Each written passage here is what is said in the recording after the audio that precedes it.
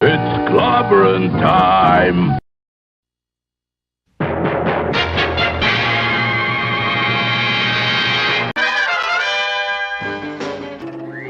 Atomic batteries to power. Turbines to speed. Roger, ready to move out.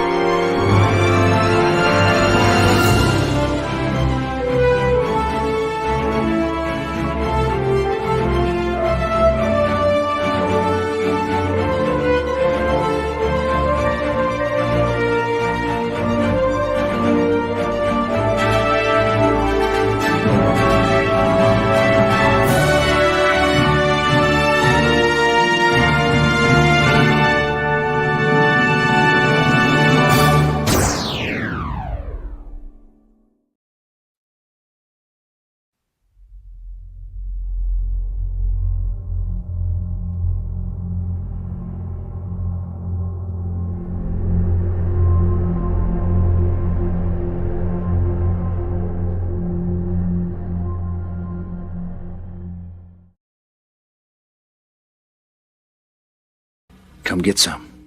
It's clobbering time! Clobberonimo! Superman!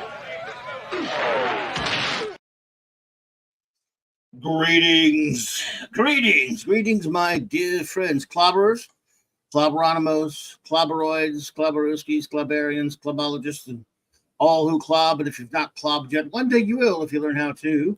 Bang the rocks together, guys. Clobberonimo! Yeah, clobberonimo indeed. Look at all of our dear friends who are here with us tonight, and I know more shall be here soon. Welcome to Saturday Night Star Trek on Clobbering Times. Issue number 445 on YouTube, 1,445 overall. And we're here to talk some Star Trek Voyager tonight. And I'm looking forward to hanging out with you, my very dear friends. But first, before we get started with my show notes and my shout outs and then our reviews and all that good stuff, I would like to introduce to you the most wonderful, lovely, and fantastic first officer in the entire fleet. And she will now open up with some opening words. Go ahead, number one. Thanks for being here. Love you. And good to see you. What an incredibly warm welcome. Hi, best friend. I love you. Thank you so much. Yeah, folks, it's great to be here. Welcome to Saturday Night Star Trek. This is Clobbering Times. This is Mike Clubby Alonso's channel. This was his idea to cover all 735 iterations of Star Trek. From 66 to 05, and to have it and to do it in the format that would be entirely organic, a mini Star Trek convention every Saturday night. So welcome. Hail to the chat. And since Penny is here and she won't be here for very long, I have to do her request. Okay, folks. Tonight, 4 more episodes. But before we get to that, I just want to thank you all for being here. I'm really looking forward to all of your reviews. I appreciate you all so much. You are all such great friends. First thing I want to say is there is no greater compliment. There is absolutely no greater achievement than the joy of knowing that you are truly entertaining people who you know have a reputation for being intelligent, well read, and just, people who other people admire and respect. When those kind of people read my work and they lavish me with praise and they say, "Oh my God, I love this," it is the most mind-blowing experience. And so I just want to thank JT Kirk, Scuba Pete, and Michael Beacom for going to the places where my book can be reviewed and leaving these well-wrought, insightful, professional style reviews. And thank you. You inspire me, and I am working hard to bring you more stories past the book. The book is done.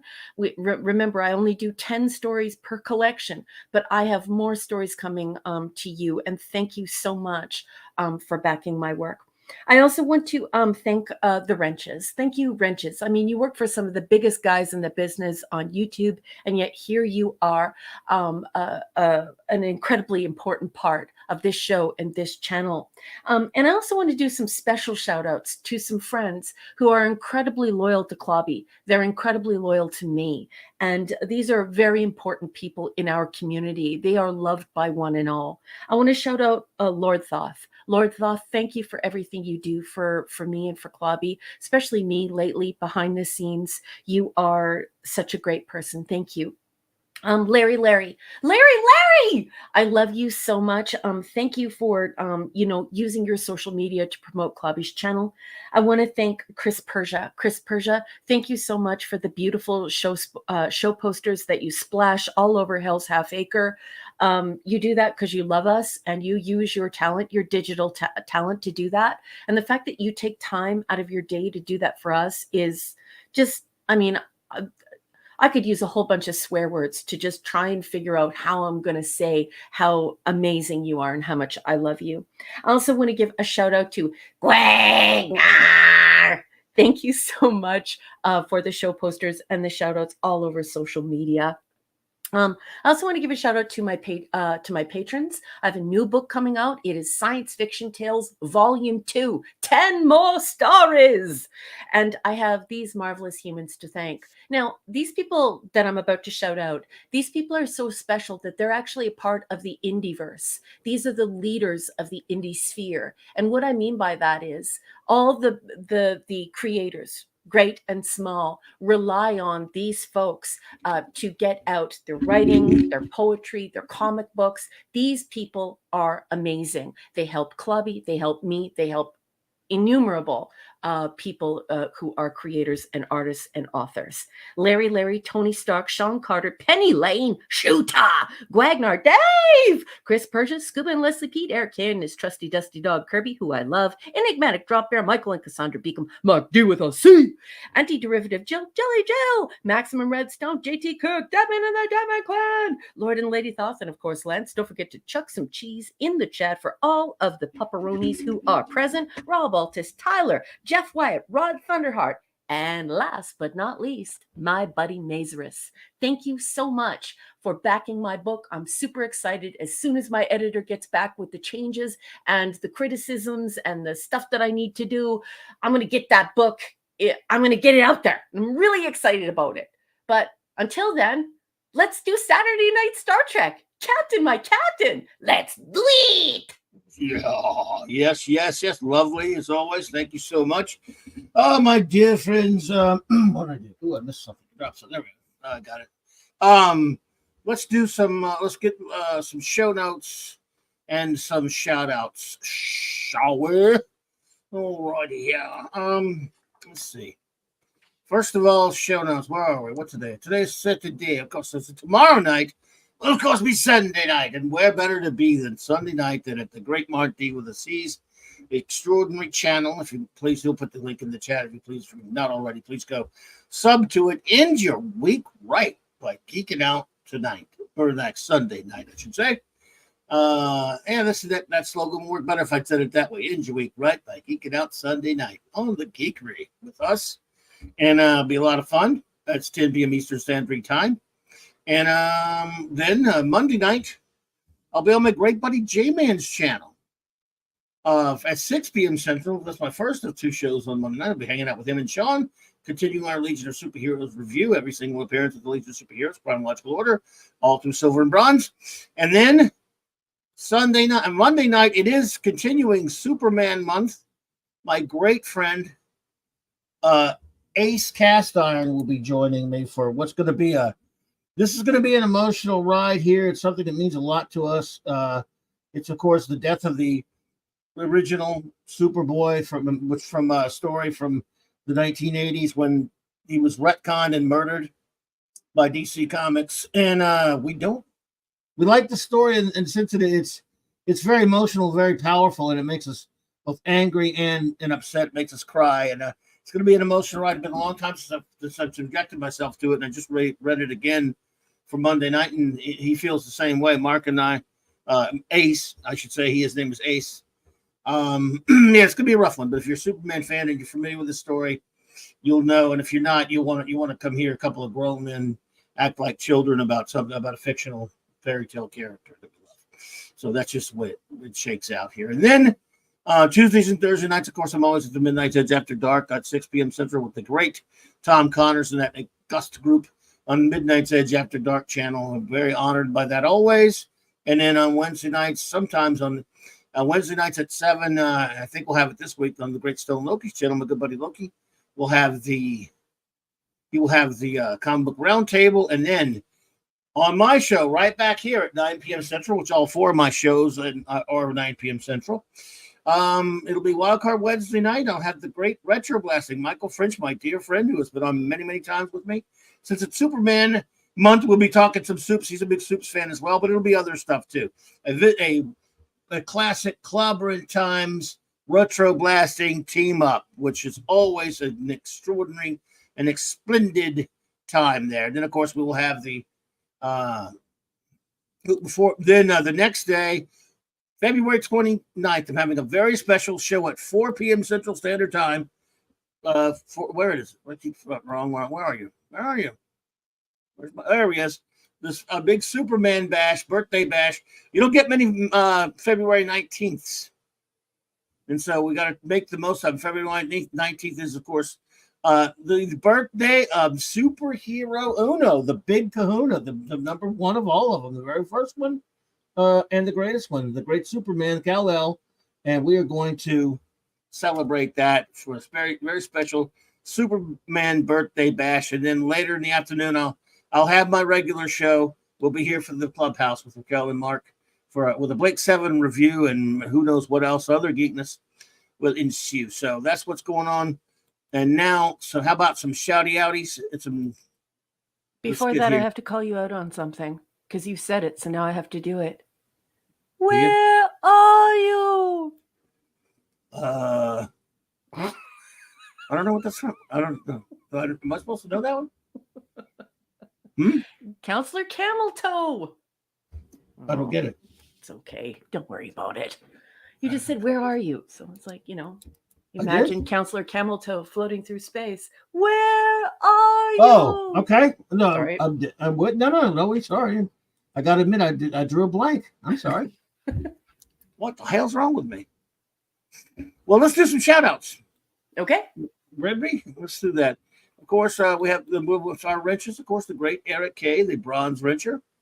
Yay! Eric. Chris Persia, vindicated wrench of the Great White North. Love you, buddy. The great D. Bud Martin, the wrench of iron. D-Bud.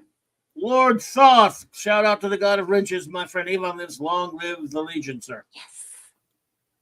J-Man, the wrench without fear. Maddie's daddy. Yay. Kal-El, super wrench buddy. The rascally one himself, Fanty Outsidey. Hungry Boy Master of the Club Boney. Maximum Redstone, our own music meister. And our triple Bullwinkle, Larry. Yes. A man so nice you should say his name twice. but I like to do it thrice. Thrice works for me. And let me see here. Brandon, the What? anime guy. Holy cow! What happened? Well, Nothing. yeah, I'll get. Okay. Where am I? Fanty is here. Okay. Who else? I was trying to get everybody else before I start. Okay, now for the shout outs, folks. Because if you're here, you get the shout out. This is the way we roll up in here. It's good to see you, Brandon. Thank you so much for Good to stopping. see you, Brandon. Hey, Brandon, the anime guy. I want to thank Wes Cagle for becoming a member. West! I don't know if Wes is here right now, but Wes has become a member. I saw some pre-show comments that are no longer showing up here, but I believe that I saw some folks thanking Larry for memberships before we started streaming. So for some reason, they're not showing on this side, but I think Larry was already up to giving before we even got underway. So I just want to say thank you to everyone who thanked Larry. And I just want to say, Larry, that I love you. Without backers like you, without patrons like you, arts don't happen. Creation doesn't happen. So I just love you, sweetheart. Thank you. Yeah, absolutely. Is this? Let's see. Okay. Oh, by the way, shout out to Sean Carter, who is a month for remember for 12 months. Thank you so much. As well, 12 months. How does a year go by so fast? Well, Sean Carter, good to see you there, buddy. We always appreciate you. Sean Carter from Mars. Let's Oh, and see. Larry says that was from a previous stream, not tonight. Okay, thanks, Larry. Okay. Thank you, Larry. Appreciate you. All right, so let's see here. Let's see. What do we got? All right. Now, Shooter can't be here tonight, but I'm mentioning him anyway because he left me some reviews. You know, he's just a great friend of the show. Yeah, yes. And I told him I would read his reviews for us because he's going to be gone the next couple of weeks. Oh, Our no. good buddy Shooter, he said that yes, he's got things to be doing. Okay. But he cared so much, he left some reviews. Okay. And we love him, and he's a good pal of the show. So we want. It's nice to know that he's on an away mission, so we don't have to worry about him. So pew pew pew, shoot! Right. Shouting him out anyway because he's a good friend. You know, anybody else would just say, "I'll," not even say anything. They just don't pop up because they can't make it. And that shows just what a good pal he really is, and we appreciate that. So we always miss Shooter. He's a great friend. FKH Tim, what's up, buddy? Evening. Raymond and Sandra Feliciano. You know what that means? Yes. King Dolphin TV. In color. Putin's dog. What's up there, Putin's doggy? Oh, no, I got it wrong. It's Putin's scat. There you go. Hey, scat. As in Putin's. Right. That's when you mess with the bull, you get the horn. That's all I got to say about that. Let's see. It is slobbering time, and I'm going to slobber all over you, Putin's dog. Because you can take it, because you're that much of a man, manly man. Gwagnar, uh-oh. Gwagnar. Yes, indeed. I'm glad to see you, Putin. I like slobbering time. I might change the name. He said, "You slobber all over Gene Roddenberry." I can't. I've never met him. But I would that's slobber okay. all over Gene Roddenberry. Yes. Is that supposed to be an insult? Yeah. Because that's he like, is. Putin's an idiot who doesn't like Gene Roddenberry. That's just too bad. But wow. I'm still going to slobber all over you, Putin, whether you like it or not. RRTNZ. RRTNZ. Penny. Penny, I love you, Penny. Simply Steve, buddy. Simply Steve. Looking forward to the reviews. Low Rope Breaker. Woke breaker. He's a heartbreaker. Yeah. Classic Comics. What's up, CC? CC. Bubba Doom 1, my brother. Bubba Doom. Sander Hammerslag. Sander. And they call him Scuba Peach. He's the king of the rumba beat when he plays the maraca. It goes chick, chicky boom, chick, chicky boom. Scuba Pete. And shout out to Leslie. Yes. The beautiful Leslie. No, we're not going to have a Slaboni. We're just going to make. We're staying clobbering, but I do think that I might start an alternate channel called Slobbering Time, and Putin's cat's going to join me on there. We're going to slobber Grody. on things. We're going to Grody. slobber on stuff. Grody to the max, man. Lisa. Dave C. What's up, dude? Dave. The time scales. The time scales. Birch Tree Publishing. Hello there. Ooh, Birch Tree Publishing. Hey Welcome, there. welcome. Hey, Sci-Fi Mombi. What's up? Hope you're doing well, dear. Sci-Fi Mom B. Good to see you. Doc Fortune. What's up, Doc? Doc. Leslie and the Offspring are at what? A Journey No tonight. way. Oh, Journey. Oh, okay. Journey Toto. Wow. Both of them. Wow, that's a great concert. Okay, I cannot wait to see the photos on IG. Make sure those photos go. Well, I know the girls are putting up the photos on IG, but tell the girls that I'm excited to see them. Zathras, you old rascal. Crap. What's up, Zathras? Now, is this Zathras here with us or Zathras? Zathras here with us. I think it's Zathras here with us. Rob Altus. What's up, Kimasabi? Evening. All Oh, Yeah. Birch Tree is Captain Infinity. Is he really? Birch Tree Publishing is Captain Infinity Oh, well. to popcorn and beyond. Well, Birch Tree Infinity. What's up there? All right, dude. I like it. I did not know that, Infinity. Sorry. I love it when you Johnny Carson. I did not know that. I did not know that. I know there's a friend out there that doesn't like it when I do Johnny Carson, and I just think that is wild, weird stuff. That's Steve, right? Mm-hmm. Is it Thor in Vegas who doesn't like the Johnny Carson He hates impression? my Carson. Yeah. Well, as much as I love our Thor in Vegas, I'm giving a thumbs up to the Carson impressions. Oh, well, thank you. It's nice to have somebody appreciate you. What can I tell you? Not something I'm used to, but I'll take it. Let's see here. Sean Killer again. All right, buddy. Thank you. Thanks for being here. Keely Chow. Roll that tide, dude. Roll Tide. Let's see. Brandon, the anime guy. Again, good to see you, my friend. Always nice to have you pop by. I hope you're doing well. Great to have you here. Thank you so Indeed. much. Indeedishness. Empress NM. Emperor's NM. Radioactive. He's here.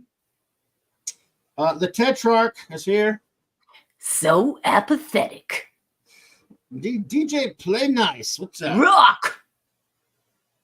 Chris Purcher's in the house too. What's up, buddy? Chris. Yeah. And the great Talking Toaster. Would you like some toast? Yes, please.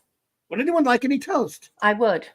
I would too. But you have to butter it like an Irish person. You can't, you can't tear up the bread and put just a tiny bit of butter on there. Butter's got to be melted. It's got to be all over. It has to be wiped all over the bread until it goes over the sides of the toast. Do not skimp. I love Talking Toaster. Oh, Journey. Huh? You think they would like any toast? I love you, Talking Toaster. You rock. That's great. By the way, would anyone like any toast? There you go. Tube says buttered with whiskey. What about whiskey butter? Whiskey butter's great. What in the hell is wrong with you? Don't make me turn this stream around, boys and girls. All right, so okay, well, let's I guess if they've done all that trouble to make Star Trek Voyager, we should go to all the trouble to reviewing it, right? So here we go. Pain. No, Pain. come on, it's the greatest show ever made. Have time. That's what J-Man tells me anyway. J-Man thinks it's the greatest ever. We're not supposed to badmouth it at all, which we never do. Jay. Oh God, he loves it all unconditionally. I love That's you, why I Jay. love. That's why I love J-Man. He can talk himself into anything. We love you, J-Man. Now Brandon can't make himself can't bring himself to watch it. Voyager. Well, look, I can't say that I blame you. I just can't. Never. finished and never promised to never write a time travel story myself. I lied. Well, you should write a time travel story. Then why not? Be my guest. Okay, Bubba Doom, this That's is what I okay. want you to do. I want you to take a fresh piece of Dutch crunch bread. It's got to be really like elevated, really high quality white bread with a good crust on it, butter Okay. topped. And Would then you anyone got to like to pop toast? it into the toaster until it's golden brown. Then I want you to take it out and I want you to Irish butter it. Then I want you to sprinkle a little bit of cinnamon, and then I want you to take a food sprayer and put a shot of whiskey in it and just do 2 quick sprays, misting the toast, and have a little bit of that. Would anyone like any toast? All right. So, well, Brandon, let me tell you something, dude. Don't knock yourself out. Just don't do it if you don't have to. We're here to do it for you. So, all right. So anyway, all right. Would you like some toast? Some nice hot crisp brown buttered toast.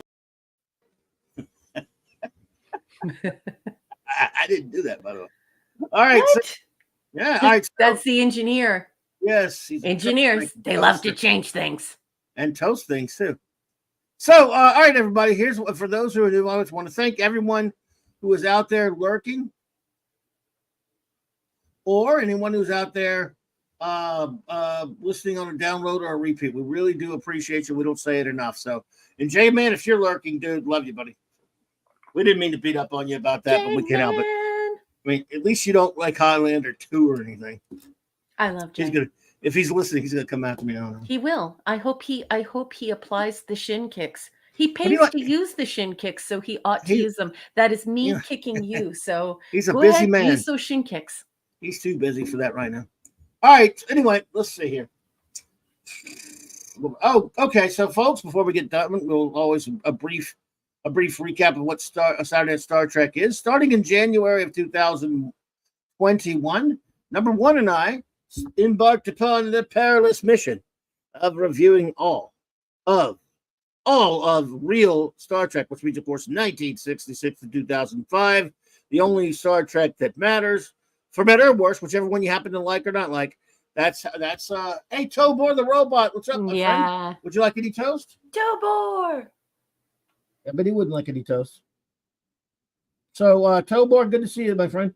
So, basically, we started with the original series, the animated series, the original crew films, Star Trek The Next Generation, the TNG films, Star Trek Deep Space Nine, and now we are almost smack dab, getting close, well, the middle. We're just a couple of weeks into Star Trek Voyager Season 5. Traditionally, we do 4 episodes a Saturday. Blunt Plunk reviews. Blunt What's Philly up, Reviews. Blunt? Good to see you. What is up, Blunt? Good to see you, my He's friend. horse shack in the chat, hey? Guys, give me my guys. He should just go, Oh. Mr. Carter. Mr. Carter. All right. So, anyways, where was we? Okay, so, and yes, that's what we do. We do 4 per night. We'll have 4 tonight, of course. 4 more episodes, Star Trek Voyager. But my number one, we'll read a bit of a synopsis. We'll talk. Lucy will tell us, give us a basic overview of what the episode was about, and we will give our views on the episode. She'll give notes. We'll rate it, and then, hey, ED, Enigmatic Drop Bear, Enigmatic Drop Bear, the erudite bear. Watch that Good to space see- for awesome reviews. Good to see you, buddy. Always, you're never late. Don't worry about that. So, not late at all. Don't worry about that. So, hey, value of nothing. Good to see you. Good So, evening. I guess we're ready. We will start We with are. ready for our first episode of the evening. Yep. All righty. Well, let's get on that. Our first episode of the night, folks, is 30 Days. There we are. Yeah, and 30 Days is season 5, episode 9. It's production code 202, and this first aired on December 9th, 1998. I'm going to be reading extemporaneously, which means I haven't read it before. the summary from Wikipedia. This is not a place where you should get information from because it is a cesspool of poopy diapers. And it's getting worse every day. The drivel that's allowed to be in here. So don't rely on it, but we're using it because it's very short. And if you didn't get a chance to watch the episodes, this refreshes your memory so you can jump into the chat and join in and leave your reviews. If you are looking for production information on Voyager, this stream officially asks you to look to Star Trek Voyager Companion and, of course, the Voyager Celebration. Those are two sources where you will get legit original source information, because there is, like, if you go to IMDb and all that stuff, and Memory Alpha especially, not only is it polluted by the filth, but when I go and check it, most of it is factoid. And what I mean by factoid is fans have been repeating it so much they think it's a fact, and it's not. So avoid that stuff and pick up those books. So anyway, like I said, I'm going to be reading from Wikipedia, and if it sucks and it's wrong, Clubby and I will laugh, and then we'll make fun of it. So let's do it. Let's say hello to some friends right before you get started there. Let's see. Brogu from my old hometown. Hey, Brogu! Is here. Hey, Brogu, buddy. Good to see you. Who's that? Russell Boyer. Nice to see you, Russell. Good to see you, Russell. I don't know if we've seen Russell before here, but welcome. Welcome to Clobbering Times. And our buddy Jamalama's here. Jamalama. Bingo. Oh my God, Brogu. I love that rose. Thank you, sweetheart. Okay, let's do this, folks. All right. 30 Lieutenant days. Tom Paris is demoted to ensign and placed in Voyager's brig for 30 days for disobeying orders. Paris relates the events to his personal log as a message to his father. In a flashback, Voyager meets with the non-native delegates of an ocean planet. The delegates, including Riga and Burkus, explain that the planet is losing water mass at an alarming rate, threatening to destroy the planet in 5 years if it isn't stopped. Though they have some submarine vehicles, they are unable to reach the center of the planet where they believe the source of their problems can be found. The Voyager crew offers the use of the Delta Flyer, capable of withstanding the pressures of the planet's center. Okay, that should not, it shouldn't, whatever, I'm not going to correct it. Let's just keep going. Paris, piloting the excursion with some of the planet's scientists, including Riga, discovered that the planet's core is a massive reactor, drawing the surface water of the nearby planet to it for unknown reasons. Further exploration reveals that oxygen mining reactors used by the current population are the cause of the water loss. The Voyager crew, after several technological options the crew offers several technological options to minimize the water loss. Sorry, everyone. But Burkus seems impassive about them. Even when Riga suggests turning off several of the oxygen mining units, significantly prolonging the planet's existence, but potentially decreasing the quality of life for the inhabitants. Burkus simply offers to pass these ideas to their government. Boy, this writing is so bad. The crew is eventually told that the government will not turn off the oxygen mining facilities, but politely thank them for their assistance. Urged on by Riga, Paris attempts to convince Captain Janeway to change the minds of the inhabitants, but Janeway refuses, citing that Voyager cannot get involved due to the Prime Directive. Furious at the decision, Paris and Riga steal the Delta Flyer and attempt to use a photon torpedo to destroy one of the oxygen mining facilities. But Voyager destroys the torpedo at the last minute with the depth charge and recovers the Delta Flyer. On return to Voyager, Janeway demotes Paris to the rank of ensign for disobeying orders and orders him in the brig for 30 days. After the flashback ends, Tuvok goes to the brig, tells Paris that his 30 days have been served, and orders him to clean up and report for duty. Duty. He certainly reports for duty, but not that kind of duty. In his quarters, Paris ends the message and sends it to his father. And that is all the lovely folks at Wikipedia collectively have to say about 30 days. Captain, my captain, mon capitaine, please tell me, what did you think of Voyager 30 days?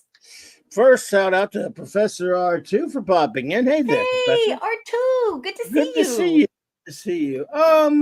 Yeah, I didn't think much of it really. I thought, I think some of the idea was interesting. Well, I mean, Yes. I kind of enjoyed a lot of the stuff on the water planet. I would Me like to too. see more of an episode that concentrated more on that. Really, personally, Yep. this had to be a Tom Paris character study episode, which I didn't really again.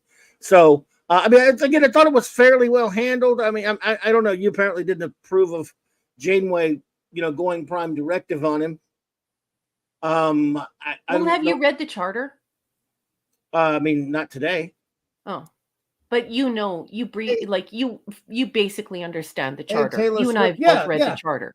Hey, Taylor Swifty. Back. Hey, Taylor Swifty, we both know that there's nothing in the charter that would mean that they could not help. Yeah. Well, I don't know. The thing is, the government told them. I mean, they can help if the government asked them, but the government said, "Go away." Yes, which is why it's a very dumb thing to talk about. Yeah, I mean, the government, they clearly didn't want, well, the people in authority didn't want Janeway to, other than to help them the one time. They said, "Thank you for what you did. Now we're handling it from here." And I don't know what captain wouldn't have said, "Well, it's their business. We can't tell them what to do." That's right. So I was fine with that. Yeah, me that too. She did that. Yeah. But my problem is, I think Tom Paris is old enough to know better. I think this, if you want to find some other way for him to get in trouble, because that's your thing, that's your stick with this character, the bad boy stuff. I think you could find better ways to do that than have him go just disobey orders on something like an issue where even she's old enough to know that if the people of a fairly advanced race decides they don't want, they tell you to leave them alone. They tell the Voyager this is done. We don't want you interfering anymore. He should be old enough to understand that. And every other time they've been told that, he didn't do it. All of a sudden, because somehow he got his panties in a bunch because he got involved, it was none of his business to go down there and do what he did. No. And what it does is the writers made a huge mistake because it opens up a can of worms, right? It says that these people have only been on this planet since they formed the water body in space. And it's not actually a planet. It's a machine in the middle of space that has collected all of the water to contain the species that lives at the center of it. So that this new species is basically a parasite. They're ruining they're ruining the mechanical apparatus that sustains the original species. Yes. So if the writers are dumb enough to start talking about the prime directive, then we have to start talking about removing the species that breathes oxygen. We need to. It's time for us to start having that conversation. So why go there? Why go there? True. Leave it alone. Walk away. Walk away. Because the beings that put that stuff there first, we don't know where they are. We haven't heard from them. There, right? But they live at the core at depths that these people can't even reach because their heads would pop open. So since you're not talking to them, all you have to go on are the people that brought you down there for the first place. And they're saying, I don't know. They don't have any right to do anything. Federation. I mean, if someone asks for help, you do it. And then when it turns out that it's putting you in the middle of something between those people and the people that they're being the parasites to, then you gotta pull out. You do, or you have to pull a Captain Kirk, and that's why this story is by Scott Smith Miller, and so it was a short story, and it was pitched as a story, and then turned into a teleplay by Kenneth Biller. And so he really shit the bed on this one, because this would have been the time for every single person who grew up watching Star Trek to sit up and go, okay, this doesn't pass the Kirk test. Where is the Kirk lecture about, the fact that you're going to have to find a different way to use the the more shallow parts of this phenomenon that was created, so you don't interfere with the species, and have them meet, have Starfleet be the diplomat that Kirk was, to bring these two species together so they can have a meeting of the minds, and that's the end of the episode. Instead, Right. Kenneth Biller gives us this offering of bad Paris. Paris, you're bad Paris. It was all there as a vehicle for Paris, is what the whole thing, the Yeah. whole story was. And you took what was the more relatively interesting idea for a story, and chucked everything out of the story that would have made it more interesting, just to facilitate a character vehicle for Paris. And I didn't really like that too much. By the way, Ray Lucard, hello there. Ray! So, notes? Yes. Here are my notes. If you're new here, I've been watching Star Trek for over 45 years. I've lost count now. And as I'm watching the episodes, I take notes, just like little bits of things that I'm thinking while I'm watching the episode. I do that with an actual pencil and an actual piece of paper. So I hope you enjoy them. More bad guy Tom Paris. When will all of this end? It's the central focus of far too many episodes now. If he was this bad all the time, he would be put in his quarters and locked away for the end of the voyage. 30 days in the brig seems incredibly unlikely, right? First of all, there's no sonic shower and no toilet. There isn't even a retractable or concealed vanity in this brig. So this brig is clad in a way that prohibits that. And it's very important to remember that I'm somebody from TOS. And so it's very important for me to bring up Gene Roddenberry. I love him very much. This is, of course, his story. Like, it belongs to him. So Starfleet believes in rehabilitation. Tom would be confined to his quarters and would be performing community service. We see here that the writing team and production team does not know or understand Star Trek. So he would not go in a brig that doesn't have a sonic shower, that doesn't have a toilet, and that doesn't offer him some form of coming to grips with a public display of contrition, community service, for instance. So it's not very Starfleet. It's not very Star Trek. It's not very Gene Roddenberry. And I don't care if people like Gene Roddenberry or not. These stories belong to him. Some beautiful shots of Voyager over the ocean planet. Wow, this is so inspiring. This is a beautiful species, both of them, and both are well executed. This is inspiring. Yeah. If you listen to the Clubhouse, Clobby's Clubhouse, you will know that I absolutely love the premise of this story, because, of course, I am a huge Jules Verne fan. And the minute this episode comes on, I just get so many good feels. Like, I just love it so much. Also, there is some terrific dialogue in this episode, and that is absolutely undeniable. But they do drop the ball on some bigger issues. We make Tom Paris the focal point instead of the duty of, it's a duty in both senses, of the Starfleet captain. In this case, it would be Bangway, Insane Way, to make sure that she got in between these two species, to apologize for the behavior of this invasive species that is ruining this phenomenon created by these aliens, make some apologies, and bring them together so that they can coexist. We seek coexistence. Peaceful coexistence. And so that's important. And we don't do that here. So it's very un-Star Trek-like, and you feel that instantly. There are also some other things that they drop the ball on. Little Tom Paris has gigantic brown eyes. What a cute little kid. But we know that Big Tom Paris has blue eyes. So this is sloppy casting. I love you, Eric. We get some really nice commentary on the BS of politicians, and that politicians are BSers.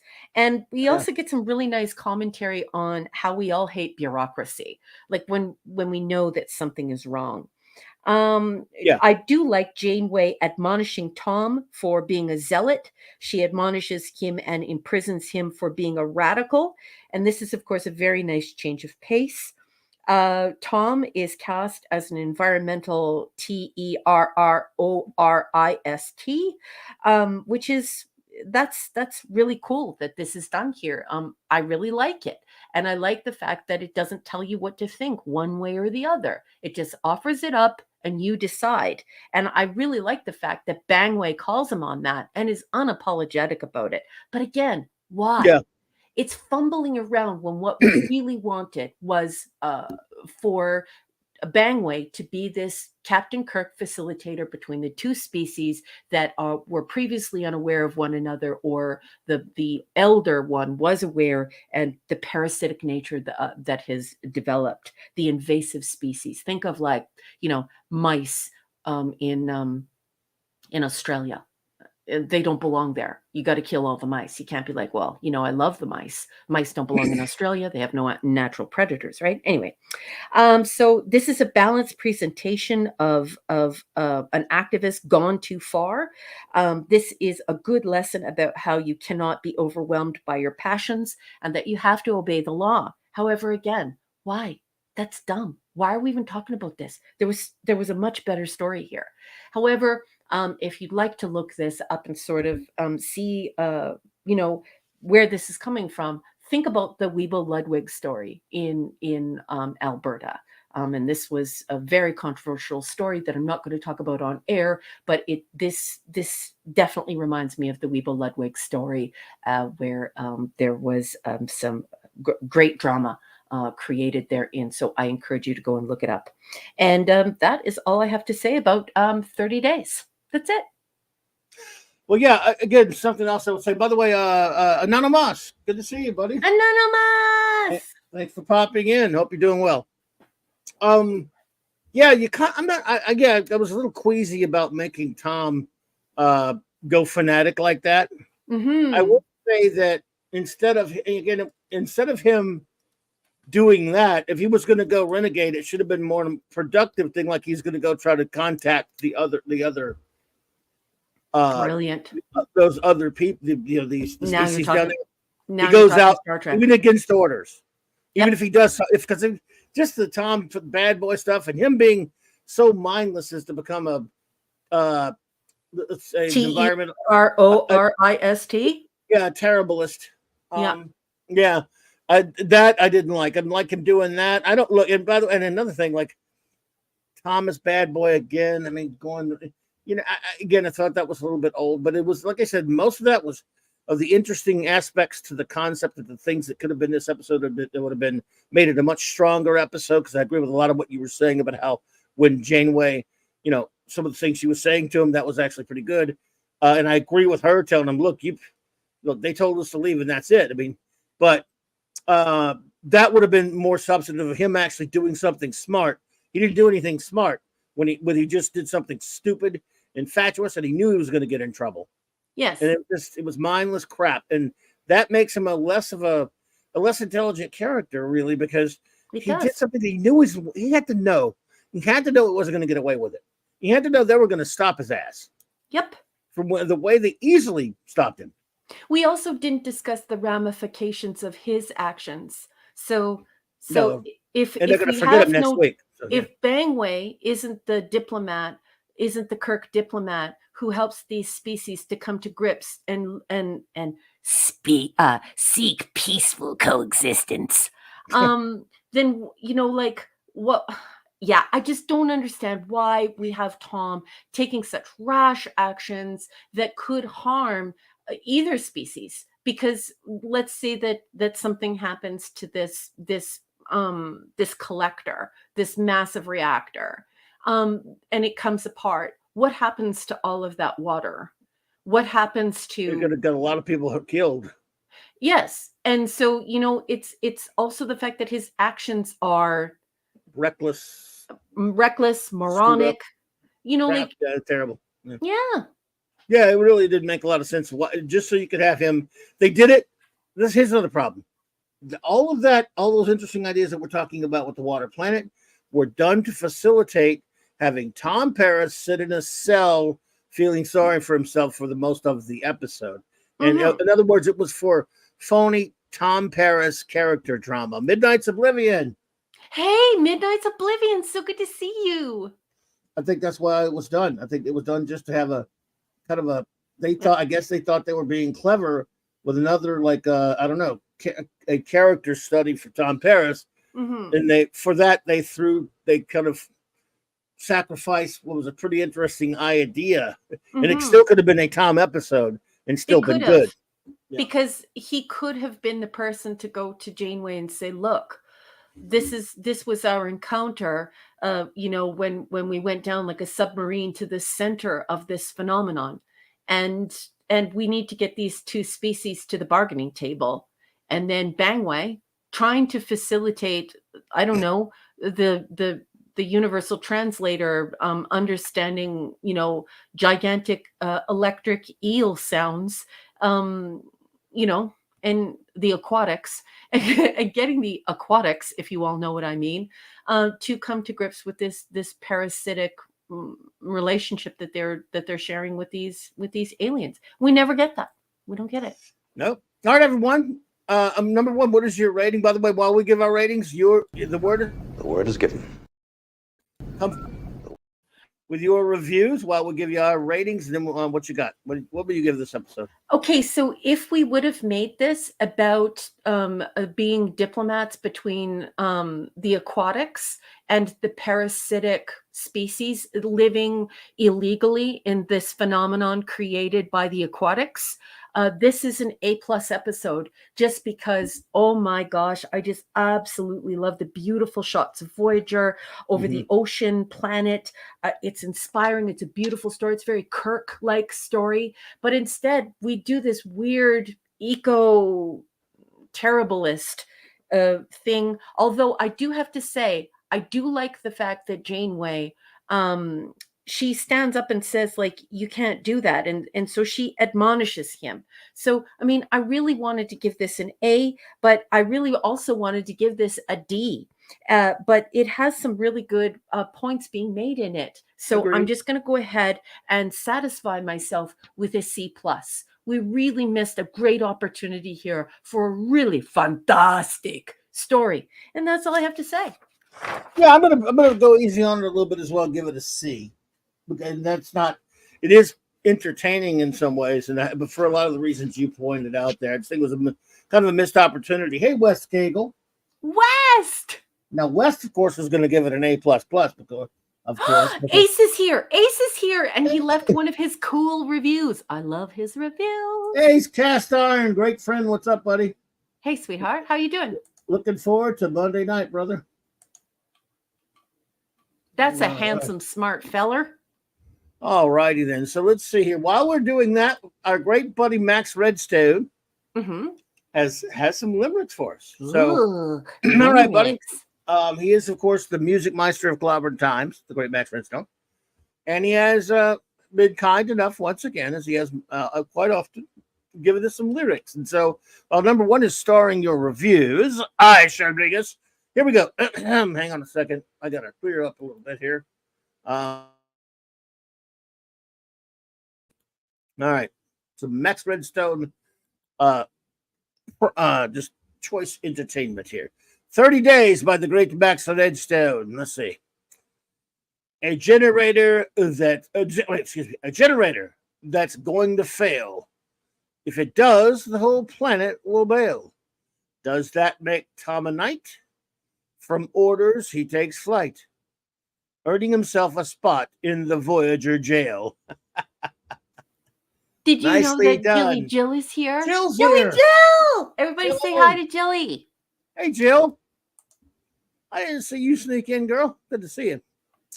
All right, now, as in honor of our good buddy Shooter, who can't make it for the next few weeks and stuff, he's got things going on. He misses everyone, and I've got his words on his reviews for the next couple of weeks here, and so we're going to read his as we read with everyone else's, because he's a long-time friend of the show, and we appreciate it.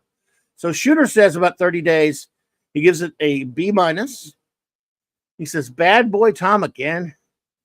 How many more of these are we going to get? also another flashback-driven episode.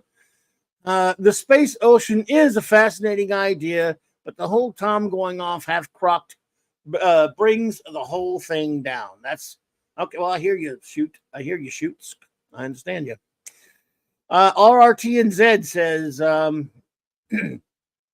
nonlinear narrative was somewhat creative as storytelling. Sadly, Paris is dumb rather than compelling. Janeway selective with the PD again. Prime directive again. Yeah, I hear you. At least demotion lasts a while. C plus. Right, RT and Z, because once you bring in the prime directive, then you have to start asking yourself, you happen upon a planet. Captain James T. Kirk is on the bridge, and he finds out that there are mice in Australia, and that it is overrunning the population and threatens to wipe out the entire population of the continent. What does Captain Kirk do?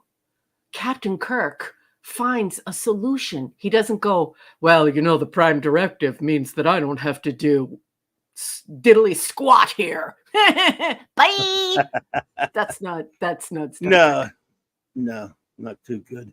Ace Cast Iron, my brother, says NCC 171D. Go bloody A, B, C, or D. The show just can't get right for me. I understand it's not everyone can be as big of a fan as Wes Cagle, Oh, whoa. My boy Wes Cagle and Gwag. Oh, Joe Dog's here? Joe Dog. And Claude Selling. Joe Dog and Claude Selling. Hey there. Welcome. Welcome, my friends. Always good to see you. All right, let's see what else we got going up in here.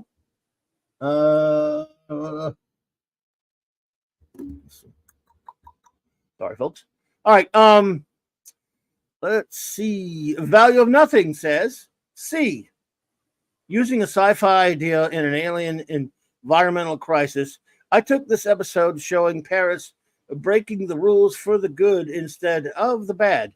Thus, he has a character arc. Okay, gotcha. The 30-day sentence I didn't take to be serious, but just a plot contrivance. The environmental crisis is handled well, showing both costs and benefits. Thank you so much. Value of Nothing. Well, it's valuable to me as always, and we're glad to have you here. Just walks through the door, everyone. Lasher is here. Say hello to Lasher, everyone. Hey, Lasher. Welcome. Wagner says Gwagner gives it a C minus. He says, Waterworld 2, Electric Boogaloo. No, this time it's personal. This time it's personal.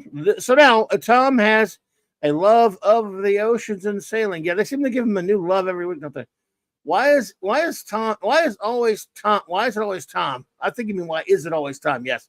Why not Harry? At least it would add something to his personality. Yeah.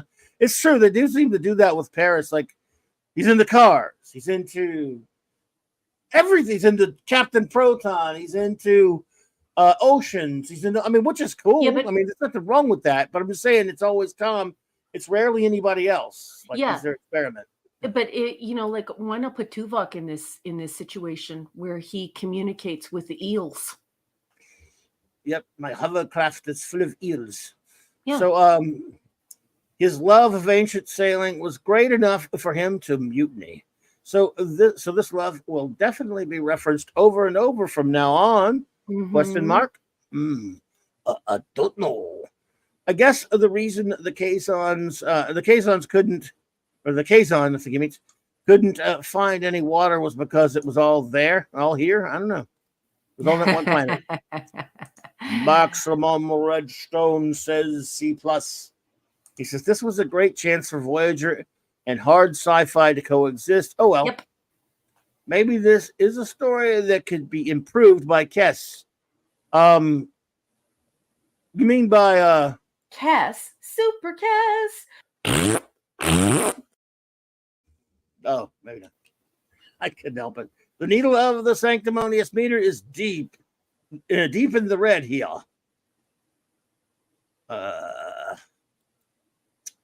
Instead of a sublime exploration of life, ecology aquaculture, biological relationships, Yeah. and terra manipulation left open to the unknown horrors of bureaucracy, we are instead subjected to 20,000 fatigues under the sea. Sad, sad, God, I love sad. you, Max. Sad, sad, sad. This really felt like the first season of Sequest DS9. Mm, That's why the grade doesn't go under the. Oh, God, it's a good under one. the Under the sea. sea. Max. I love it. Well, So Max, fantastic. That was punalicious. you the man. Mhm. Scuba Pete gives And it a. what I like what Max is saying too, that most people, maybe they failed to miss this part because it's just mentioned in a passing way. But those electric eels are far superior technologically and intellectually, given their technology. So yeah, why did we give that up? We gave it up. Oh, I don't know. Don't know. Scuba Pete says B minus. Simon and Gar. Let's see. Like a Tom avoiding the bridge over troubled waters, his orders but laid down under. Scuba! Damn it, Scuba. I'm the one that has to sound awkward singing your awkward lyrics, boy. Oh, I love you. And also enigmatic drop bear has just laid out in the chat that this episode will now be called 20,000 fatigues under the sea, thanks to Yes. Max. So enigmatic Well done, drop Max. bear's judgment, we shall Yes. let the motion stand. All everyone who says I Title change for episode, folks. I can't change it on the marquee. It's too late, but Zathra says C plus.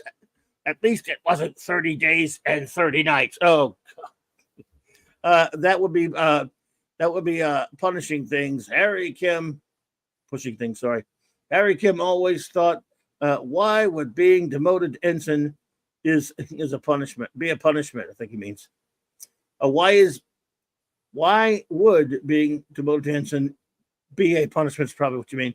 Yeah, I get you, because he loves making fun of Harry Kim never getting promoted. So. It's Lisa true, says, it's true. Before you get to Lisa, though, boss, I have something that I think you want to see. A very generous gift from Scuba Pete, the great Scuba Pete. And it is a tip for your tip jar, directly responding to how you executed that singing. Oh, thank you for that. Thank you, buddy. You were too kind. I appreciate you, Sweetheart. man. Thank you so much, Scuba Pete. Thanks, buddy. It's very generous of you, brother. Thank you. And RTNZ. Oh, thank you, RR. Says, I didn't see this one. I think it needs to be said, while we're harsh on Voyager, can we agree that even the worst episodes of Shakespeare, Yes, compared to today's Kurtzman? 1000%. Absolutely. But I've never heard of, I don't know who Kurtzman is. Never heard of him. I think I've given at least 1 or 2 A's per Clutch. season, but it's just there is a lot of garbage. Like there's a lot of junk here, and then there are some real gems, right? But yes, definitely far and away much better. Oh. That's why we're 735 strong here. It's way better than the filth. And they make mistakes, and nothing's perfect. Nothing that contains 735 of anything is going to be perfect. Perfect. It's Especially just, it's impossible. When it comes to TV or movies or whatever have Yep. you, or anything, comics, whatever it is, Yep. they're going to be, and people are not always going to agree on what's good and what's not either. So yeah, but Yep. yeah, it's If you write enough, eventually people will find something that you've written that they don't like. And that's unfortunate. But here, I Right. think people are a little bit more willing to be harsh because we are talking about a corporation that has hired numerous authors and producers and directors and executive producers. So we're talking about 20 people or more who really should be getting it right when there are so many of them. So I understand the frustration of the audience. Lisa says, C. Format change started with mystery and used flashback to tell a story of Harry can't get lucky, an interesting water planet, a species in climate peril. Kathy was lazy. She didn't push change, so time tried. Thank you, Lisa. Yeah, it's so dumb that they made it environmental. Why would you make it environmental? It's not Well, they were environmental. doing that a lot in the '90s on most entertainment, unfortunately, Yeah, but especially it with this. defies the Well, actual meaning of the ah, story, which was, I don't. Yeah, that but it it's was a how machine, a phenomenon. It right. wasn't environmental. That's So cheap that they did well, that. So annoying. I could see well, why everyone's pissed off. well, yeah, it's activist Hollywood. So Yeah, shit. I mean, yeah. Arcade Bronze Ranger says D. Tom in trouble again. Damn, I am so tired of this. Bangway is mad. Someone other than herself breaking the prime directive. This whole poop episode seemed out of character. Yep. All right. Let's Free see. Willy, I mean free Tom. Emperor's in him. Anti-derivative Jill. Hey, Jilly. A communications officer says Joe. B minus. Character study is balanced with an outstanding ocean planet in danger of destruction by inhabitants who aren't in a hurry to solve the problem. Let's see here. I enjoyed the creativity of the issues with maintaining its structure, but more specifically, had a great time undersea with Tom. It was just too underdeveloped. Yeah, I mean, I did like all that stuff when they were in the flyer down there. That was Yep. there. Awesome Needed sauce. more of that. I did find it strange that the natives who were supposed to be experts couldn't go as deep as the Delta Flyer, but Well, they weren't natives. Remember, they weren't natives. These were people who happened upon the phenomenon, thought it was a planet, and stayed there. Many generations. Yeah. But it was good to see Tom wanting to rebel for a true purpose, for a change. Okay. However, the government made it clear they no longer wanted assistance, so the ocean world is theirs to lose and not Tom's to save. While I would have liked cooperation, that wasn't part of this. Well, one correction I would like to make to that, though, is that the invasive species doesn't get to call whether or not they get to stay there. That would have called for the diplomacy that the entire episode was missing, because when a parasitic species encroaches on something and they're not indigenous, they're not native to that. Think of the mice in Australia. That's the best way to think about it. That's where we get the idea of tribbles from, right? The species that is there, you have to get rid of it if it has an impact that and it was introduced there. So that's lost, and those who are paying attention to those details go, huh? Anyway. Let's see here. Baba Doom says D. Mrs. Colombo needs to be consistent in her prime directive doctrines. Mm-hmm. Oh, look, Paris is a bad boy again. For reals this time. Oh, look, bureaucrats, wait. Yeah. Did Bangway just throw the father of her children into the brig? This episode should be renamed to Missed Opportunities. Mm-hmm. All right, Bubba. Good call. Good call. Thank you. Oh, Eric has another one? Eric, weird. We have one that was just a D and it was by itself. And now he's got a 3-parter, which starts with a C minus. Okay. But he's Eric. He can do whatever he wants. He's the Bronze Ranger, so that's cool. C minus, says Eric K. Tom in trouble again. I am so sick of it. Sick of this. It seems out of character for him by now. It seems I guess Bangway was upset that someone else violated the prime directive besides her. Yep. They should have fixed the core instead. Negotiated something between the two. Oh, yes. We have found planets that are at least 90% H2O. Yep. Let's see here. I was wondering if it was possible for planets to exist that were entirely H2O, and it is possible in the theory. Mm-hmm. All right. So thank you, Eric K. Brother. We have Lasher who says, C. Every season of Trek has a Greenpeace episode. and like time travel, I'm over it. Well said, sir. Yeah, and there was no need for that here, because the whole idea of turning it towards environmentalism doesn't make any sense given the information at the beginning, right? Well, it was the 90s.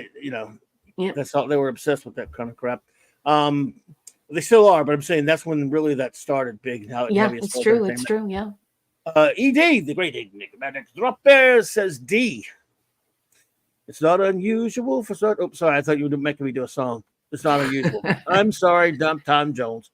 It's not unusual for. Sorry, ED. It's not unusual for Star Trek to stretch scientific principles. But here it was stretched so far it flew right past the fantasy zone into the void of nonsense. The Delta Flyer's hull breach and loss of shields equals instantly crushed. Setting that aside, uh, of its loss of its loss of propulsion system and being full of air meant it would ascend very rapidly. Why would Tom be attracted to sailing on a 2D plane when his skills and heretofore passion have been flying in 3 dimensions? Why would the Federation need an ocean-going navy anyway? I guess. I mean, I don't know what the Federation would. I mean, yeah, I'm sure there would be one on Earth. Good point. I don't know why the Federation needs one. I mean, well, necessarily, but anyway, none of it makes sense. Neither the characters, the plot, the premise, none of it. It is another in Voyager's long line of plot-driven stories that sacrifice the personalities of its characters. Interesting. Yeah. This could have been a very interesting story grounded in Star Trek concepts. Had they explored the alien species and their dilemma rather than losing the plot in a misaligned character drama. Well said as always. Well Boss done. man, just so you know, our buddy Darth just showed up and he said, okay. I'm late. Hello, everyone. Peace signs, cool glasses, beam me up. Everyone, Welcome, Darth. Please say hello to Darth. Yes, greetings, Darth. Darth, welcome. And you're not late at all. We're just glad to see you. I'm glad you're here. Simply Steve-O says A++++. This is the greatest episode of all time. I love it so much. I watch it 3 or 4 times a day, including right now while we're watching this, doing the show. I'm watching it right now. In fact, I have it on a continuous loop on my TV, and I never stop watching it. He's going to rover you. Well, that's not true, though. Sometimes I intersperse it with the episode Threshold. That's my favorite, but this is my second favorite now that you mentioned it. And that's my review. Oh, sorry, Steve. You're going to get rovered in the chat. You're going to wake up on a beach all dizzy and wondering where the heck you are. I'm sorry. He sent me that in a private message. I'm sorry. I'll read your normal one here. I'm sorry. Simply Steve said C+. Rating alt title Dirty Days. Visually great app, plot not so great. Paris once again in the doghouse. Might as well keep him there. Which way can't keep flip-flopping on the prime directive? Which way? I like it. I like that. Oh man, I'm sorry I dropped dime on you, Simply Steve. You got in trouble. I'm gonna put it up. Are you ready? Oh my God, no. I've never seen those emoticons before, but they're cute. Oh my God, no.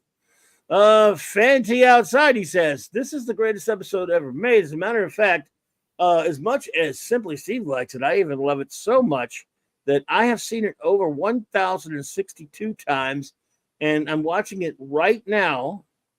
And there are other kinds of weird things I do when I watch this episode. Oh, again, that was a private message. Sorry, Fanty. I'm okay. There you go. Sorry. Fanty says, F this episode. No, sorry. F. Wow. How is this sphere losing volume? Let's see. Conservation of matter. Even if you drink the water, eventually the water goes back. If you convert it to steam, it will eventually become water.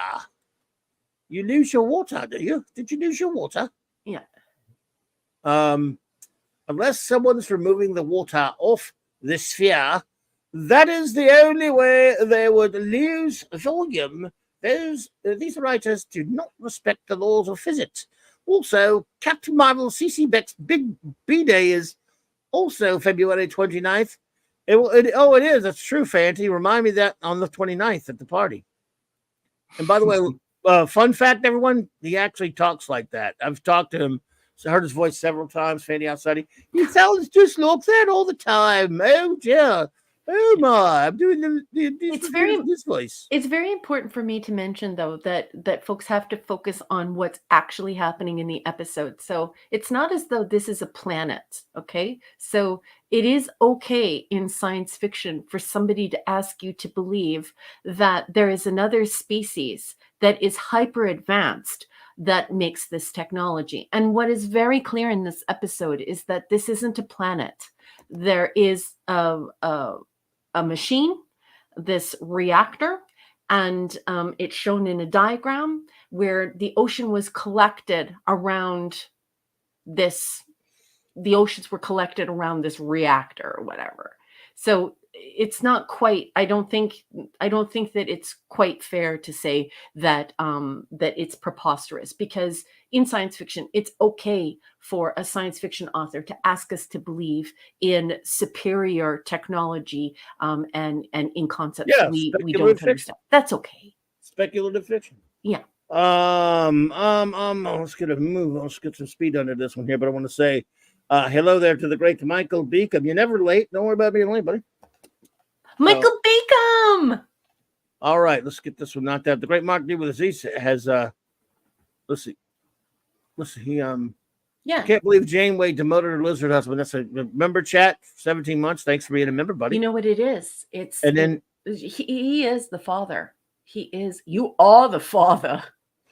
The folder. Scuba Pete also said, Raquel, one could say this episode was diluted. Oh wow. Oh boy. Jill said, weren't the original natives gone from the planet? Then only native wildlife is left. So then maybe Tom was right, but just went about it the wrong way. We never investigate the nature and the intellect of these eels. And so we have to really shin kick the authors here, the writers' room here, because they don't make that clear. And what we really needed was for Bangway to reach out, or one of her people to reach out and make contact with these eels, but they don't even try. And so if they've been existing there with that reactor and they're indigenous, one would think that making sure that you take care of the reactor or make contact with the intelligent species that remains is in order, but we never explore that, which is the disappointment of most people who watched it. Gotcha. Well, our final review of this episode, because boy, we've been doing this so long. Damn. The great Bug D with the C, the chief engineer, says B-.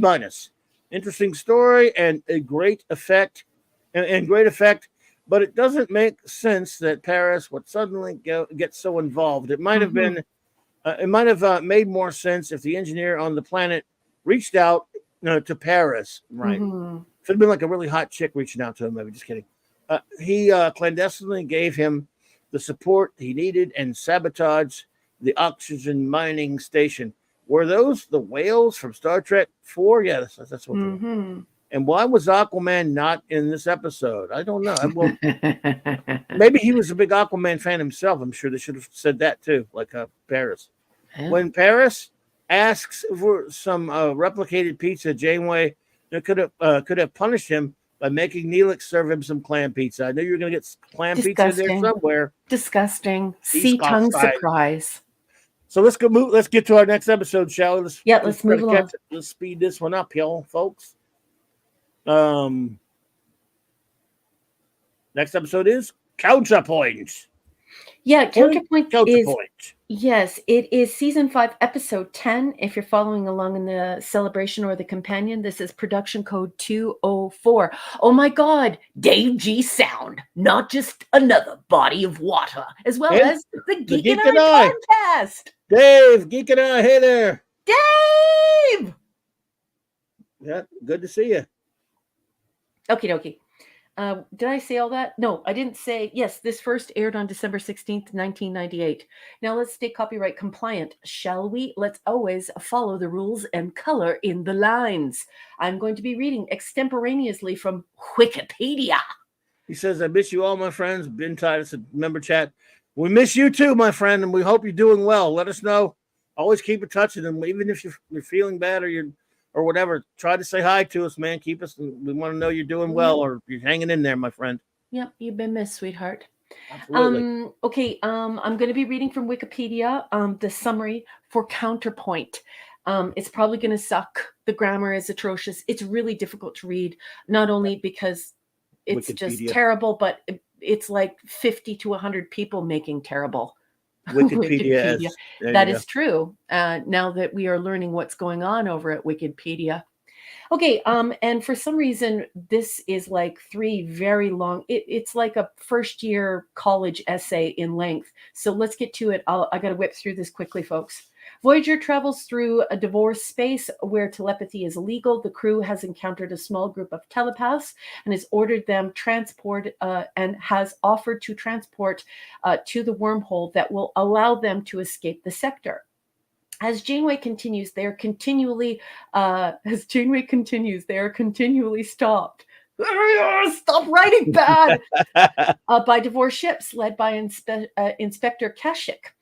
Demanding to inspect the ship for telepaths. Kashyyyk, who is fascinated by human culture, takes a very forward approach, taking control of the ship and playing for a symphony to relax the crew. The idea of counterpoint, which Janeway describes as a parallel melodies playing against one another, is an important theme in this episode, where many contradictions within the characters. Why are we doing this? This is not a summary. Where many contradictions within the characters' emotions, ideals, and personality compete against each other.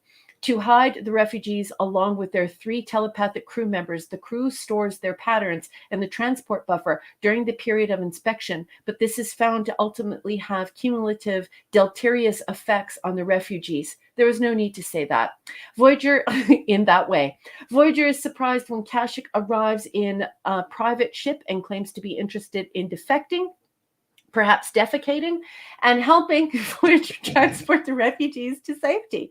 Captain Janeway is highly suspicious of Kashyyyk's actual motives, but allows him to help with the Benari's approval. The Benari point the crew towards Torot, a scientist that has studied the random appearance of the wormhole. Janeway and Kashyyyk work together to convince him to share the data. He tells them the wormhole appearances are random and gives them the last 4 locations of the wormhole and tell them to figure out where it will appear again. Whoever wrote this, you need to wake up on a beach. You need to be rovered. You need to be put into the agony booth on the Ron Popeil of Set It and Forget It.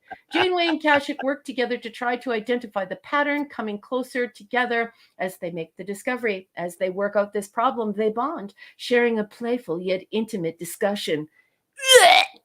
When asked why he defecated, kidding, Kashyyyk talks about a young girl he found on an inspection and explains, I sent her to a relocation center with the others, knowing full well what would happen to her, indicating deep regret. As they continue deep in divorce space, Voyager passes by a large sensor array, and they are unable to avoid. With their presence in the sector known, Kashyyyk prepares to leave the ship to meet the incoming inspection ships to take over the inspection to ensure their success, kissing Janeway goodbye and wishing her luck. Yeah, this is some special writing, folks. Sorry about this. Soon, the Devore inspectors arrive and Kashyyyk takes on his former forward demeanor. He sends his inspectors out of earshot, upon which Janeway reveals the location of the wormhole. Kashyyyk reveals himself as a counter agent for the Devore and takes command of the ship. However, upon reaching the wormhole locations, he realizes the sensor readings had been tricked. Are you serious? What are you, 5? Janeway had never really trusted him and gave him false coordinates. When they try to rematerialize the refugees, all they find are vegetables. Well, I mean, those refugees could have been vegetables. The refugees are on their way to the real wormhole. But if they had stayed true to her, Janeway would have really taken. But if he had stayed true to her, Janeway would have really taken him and them through the wormhole. I'm not kidding. That's what's written. And this person should just give up writing. The Devore do not reach the refugees in time to stop them. Kashyyyk and his inspectors, unwilling to have a failure on the records, are forced to leave the ship alone and unreported. It seems that Kashyyyk accepted a defeat gracefully. Counterpart describes the relationship between Janeway and Kashyyyk. Why? This is not a part of a summary. Although they relate to one another and find things in common, they both choose to uphold their leadership and be cautious with whom they trust, which is shown towards the end when the truth about Kashyyyk's motives are revealed. Okay, so people at Wikipedia are like, how much dirt, like, seriously, like, come on. I just can't.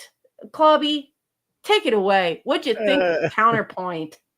Hey, by the way, Mars Monkey Max. Mars Monkey Max! Hey there. I don't know. I mean, I kind of like that actor. I mean, I think he's pretty good. He is good. And to get, some of the, the tete-a-tete between the two of them was interesting enough. The idea was okay, but do I think it's a spectacular Star Trek or anything like that? No. Nope. Some interesting character stuff between the two. We beat up on Bangway so much. The way that she turned the tables on him at the end was kind of cute, but it's nothing like that. I mean, I thought it was just okay. Because look, we are talking about TV shows here, and ultimately, do you find the show entertaining or not? This I didn't particularly find it particularly enthralling or engrossing, but some of the stuff between the two characters was, okay, but it's not what I would call pure Star Trek or anything like that, by any stretch of the imagination. So I'm just kind of, I don't think it was particularly terrible. I just thought it was okay, but Agreed. Maybe that's just maybe I'm just kind of easy going about it. Again, like I said, but some of the dialogue between the two, because I do like character stuff sometimes. You could do a character episode. And some of that was actually pretty good. It proved that you can. It's possible to write Janeway well if you do it well, and you don't make her do really ridiculous things. And them say, helping the telepaths, I can see. But they didn't really. Again, it's almost like this episode starts in the middle of an episode, like they do. They tend to do that a lot on this show. Yep. They don't give you much to go on to chew on right away. I mean, they jump in the middle of something, and you're supposed to. It's kind of a breakneck speed there in terms of what's going on. I understand they only have so much time. Yep. But yeah, I found it to be at least some of the dialogue between the characters and the acting entertaining. I think he's a pretty good actor, a pretty good character. But other than that, not excited about it, but I don't dislike it or anything. Okay. Notes. All right. So, are you getting the picture, folks? We had Lotto Super 7, and she was really dominating all of the episodes. And then all of a sudden, we now understand what everyone was talking about at the conventions and what Jerry Ryan was talking about in all of her interviews about all of the tension and what a horrible time she had on this show. Well, when you're Lotto Super 7, and so they put all of the episodes focusing on you, there seems to be a bit of a tug of war here this week, as of course we have the Jules Verne of story being destroyed because we need a character study in a bad boy Tom Paris, who obviously doesn't know the difference between right or wrong. And now we question whether or not we even like him because he's an eco-terriblist. But now, unfortunately, the Lotto Super 7 also has consequences here, because here we see that we're now focusing on Janeway and her romance. And how I feel about that and what's coming. So let's talk. Here are my notes. So this is, Karma, Lotto Super 7 Karma. I don't like that Kes isn't mentioned, but Suitor is. This is sloppy writing. If you're going to talk about all the telepaths who have ever been on the ship and the crew manifest, it's important to mention that Kes is left out where Suitor is not. So this is some sloppy writing. Only Bangway would risk the lives of all of these refugees by going through divorce space. What you need to do is pick up those refugees and get the hell out of Dodge. And maybe some diehard Voyager fans would be sitting in the chat thinking, but they were already in divorce space. They had no choice. But that's not true, because Kashyyyk says, why have you decided to enter divorce space? You should turn around and go back. And she says, unfortunately, I can't do that. And she should have, because there were a lot of people. There were like a dozen people there. And they weren't just her crew. They were small children, I believe 6 small children. So it's dumb. Another thing I don't like is that the new people who don't understand how things are named in space made the Mutara Nebula a class. Another one, yeah, another Mutara. Yeah. And so we have another Mutara class nebula, Right. and it has no name. And this is annoying.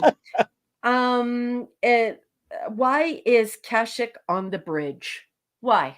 We know that Janeway doesn't trust him, so why is he on the bridge? It's not essential for him to be on the bridge. He should actually be, we don't have a 10 forward here. It's actually it would be the captain's dining hall that was, turned into this mess hall, which doesn't make sense because Voyager should already have a mess hall. However, let's just put all the dumbness aside for a minute. Kashyyyk should not be on the bridge, okay? And why is Kashyyyk sitting in on a meeting? He should not be sitting in on a senior staff meeting. This is another thing that is just, it's moronic. It's the height of stupidity, and it's totally unbelievable. And they're working together to find the wormhole, and we get a lot of close talking Kathy. And when Kathy gets close, you just have to take your hand, stick it in the middle of her face, and just push her back to an arm's length to get her the hell away from you. You know what I mean? Like, this woman smoked, so imagine how her breath was. Just get away. And it's supposed to be romantic, and I get it. It's because there was so much tension amongst the actors at this point, because you have Jerry Ryan, who is with Brannon Braga, and she's won the Lotto Super 7, and now all of the episodes are about them, and now everybody hates each other, and they all want their screen time. But, watching Bangway with this evil guy, it just, and the necking, the French kissing, it just gross. Rescuing the telepaths in absolutely no way it violates the Prime Directive. And then I wrote in here, that's horseshit. Once again, this week, we have somebody who has never read the Prime Directive. Go and read the Prime Directive. Rescuing a group of telepaths who are going to be sentenced to death for no crime does not violate the Prime Directive. It has absolutely nothing to do with the Prime Directive.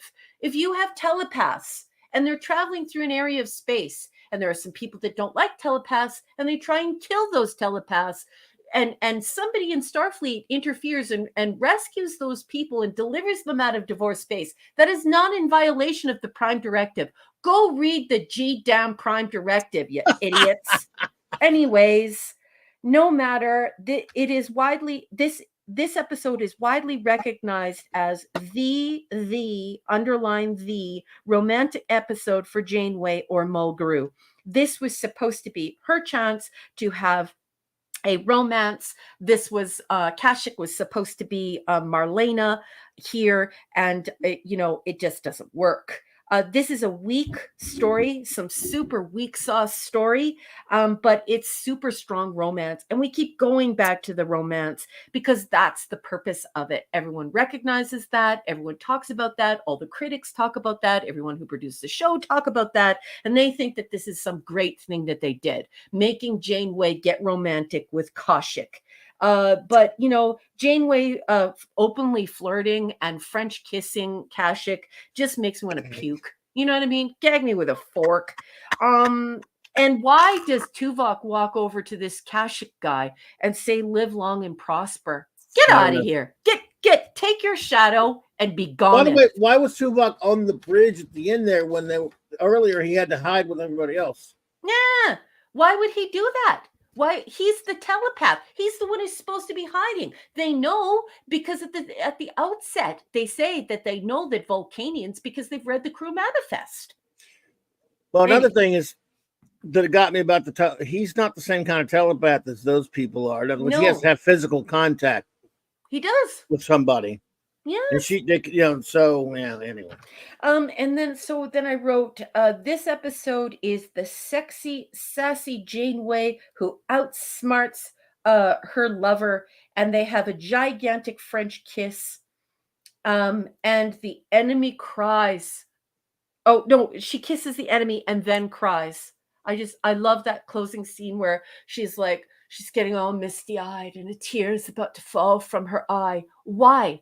Why? This guy goes around murdering children and is trying to kill people who are in her crew. And if he would have had a chance, he would have murdered those people who were just innocently trying to get through divorce space. So why does she like this guy that is like somebody who would have worked in a concentration camp? He's scum.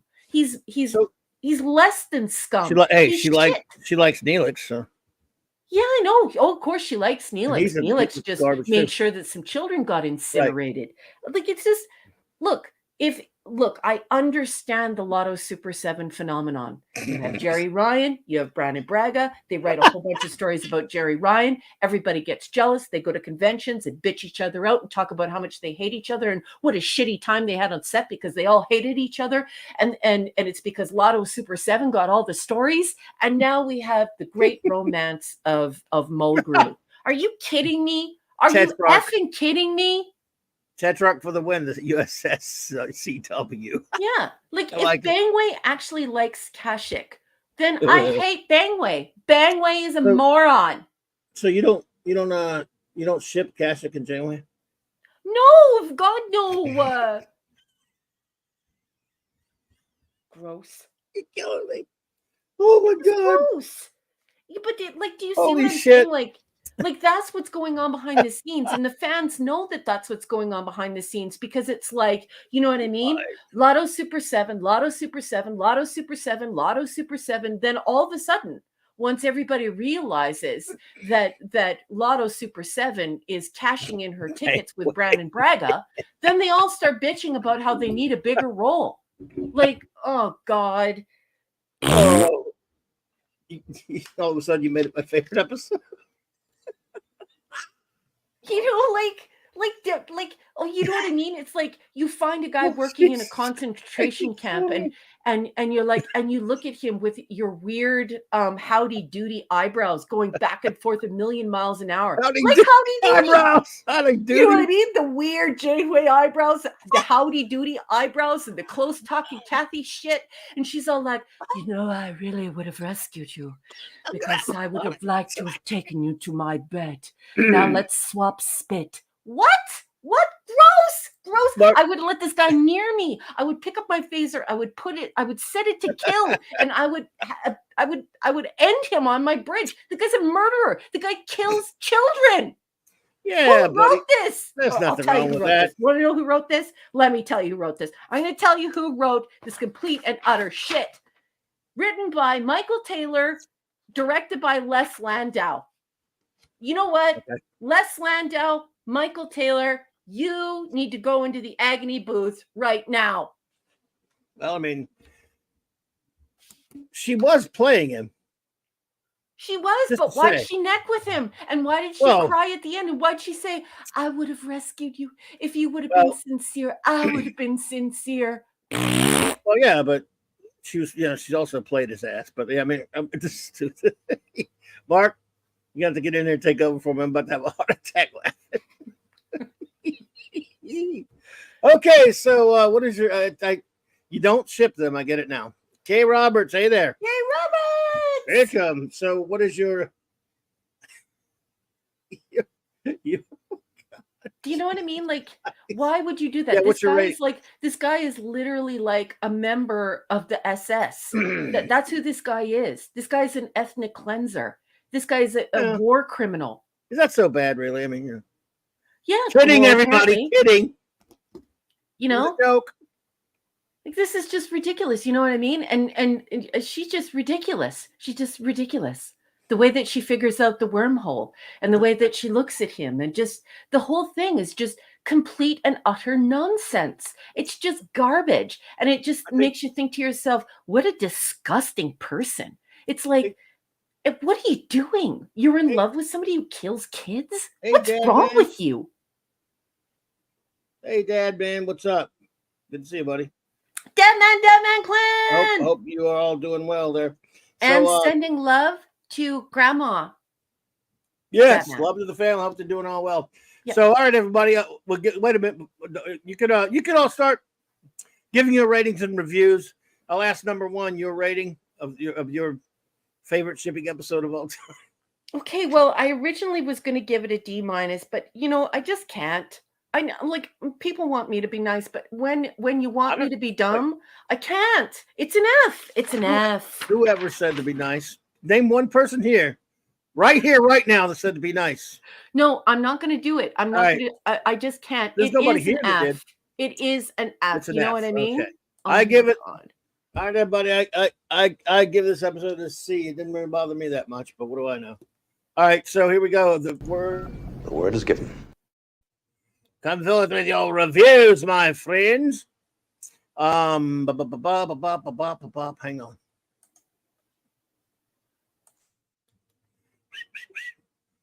I would watch it again to clear that. I would actually watch it again so I can see if but then I'd have to watch it again. So see if I miss anything, but I won't. I watched it enough. All right, Counterpoint by the great Max Redstone. Time for some Max Redstone entertainment. There we go. Counterpoint. Lies and chess to avoid devore wraths. Lies and chess to avoid devore wraths. The K-Man and J-Girl in steamy love baths. Whoa. Yet they will give quarter if the buffer of the transporter to some in the buffer of the transporter, to some gold old Troy grade telepath. I'm gonna try it again. Sorry about that, Maxie. Lies and chess to avoid devore wraths. The K-Man and J-Girl in steamy love baths. I'm glad there wasn't a scene like that. Yet they will give quarter in the buffer of the transporter to some gold old Troy grade telepaths. Well done, sir. It was my bad that messed it up there, but nicely done, old chum. And Eric K with the super chat. Thank you, buddy. Appreciate that. He says, this guy should be speaking in Trudeau Parliament. Oh my God. This guy is garbage. This guy, I'd like to say this guy is the gum on the bottom of our shoes at a rock concert, but no, he's not even that good. You just don't like guys with weird, silly ridges on their forehead. No, I just don't like guys who kill children. Well, I mean, the children were being loud that day.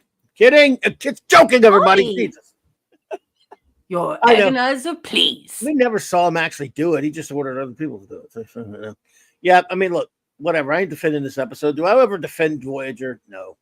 Although I ship these two. They're so cute together. Look at them. Get lost. Sick. You're going to make me gag. Dave G. Sound says, I miss you all, my friends. Been tired. That's right, buddy. Well, member chat, by the way. Thank you so much for being a member, Dave G. Hope you feel better, my friend. Get some rest. Feel better, sir. Feel better. Lisa says, gives it a C. Says parallels to WW11. Not sure if I understand what that exactly is. But seriously, who is going to be fooled by an authoritarian species? Not a telepath, that's for sure. Fascinated by the waltz that these two alphas use to maneuver and dominate the other, even resorted to a romance.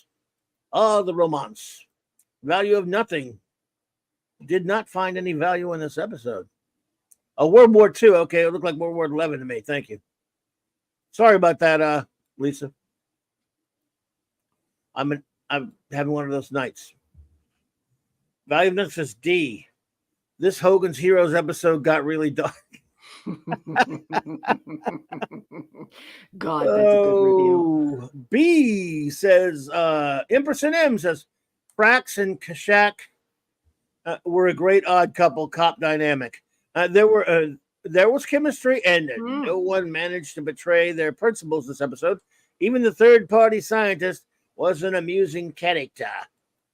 Yeah, I mean, if she was playing him like a fiddle, I wouldn't have minded so much. But like you said, she had acted all sad at the end. Like, the guy's a D-bag. Good actor. I mean, I like the actor. I've seen him in something else. Janeway sending prison love letters. You know what I mean? Guy goes to jail for war crimes. There's close talking Kathy. Captain's log. Max C minus. Kashik, I miss you. Yes. Let's go somewhere and kill some telepaths together. So Yeah, what?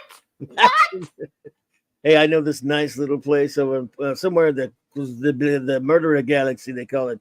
We can kill telepaths all day long. They got Let's go plenty off of to running some around there. Mutara class nebulas and Yes, murder us some telepaths. they have some more telepaths over there. So C minus says the great Max Redstone. He says lies, lie. It's nothing but lies, smuggling, telepaths, gaping mouth kisses, vegetables that escape the bar rodent, and we danced to the masochism. Oh, excuse me, masochism. I remember the masochism. Why am I saying it wrong? The masochism tango. That's a song on Doctor and Dead Puppies Aren't Much Fun. He's quoting Dr. Demento's songs there. Thank you, Max. The masochism tango. Why I can't pronounce a damn thing tonight. And I do remember that song very well. Dance to the masochism tango. Didn't think I remembered it, did you, Max? F says Bubba Doom. Ugh says Bubba Doom as well. Because of this is a special rating system he has. He goes F. Ugh is this one. Love you, Bubba Doom. I honestly would have liked a Neelix episode more. Whoa, that's bad. Mrs. Columbo and the guest alien's relationship was shallow. Yeah. For her to take him in was incredibly reckless. What a jerk off. Where's this other one? Oh, it's got even if she's playing him, why is he on the bridge? I don't know. I think he says that was one of two, but I only see the one. Weird. Let me From go Bubba Doom. Let me make sure. Let me go a checkie. Oh no! I got it. You got it. Okay. Got it. Says she was into him, but didn't trust him, and yet fostered a relationship anyway. Mm-hmm. This was a shallow Captain Janeway episode. Clobby unleashed the Clobboni. Only for you, buddy. He wants Why not? Cleaned off the whole thing. You got it, sir. Neelix, and I strongly pass. Hey, did I tell you that I hate Neelix and I strongly dislike Cass? Neelix, and I strongly dislike Cass. All right, thank you so much, my friend. Michael Beacom says C minus. Wikipedia entry, geesh. Read the actual episode, geesh. I mean, what is the message here again? Very muddled basic struck me as let's make Janeway a winner for once. Oh, man. Messagey, I guess. I don't know. I don't really pay attention to their messages anymore.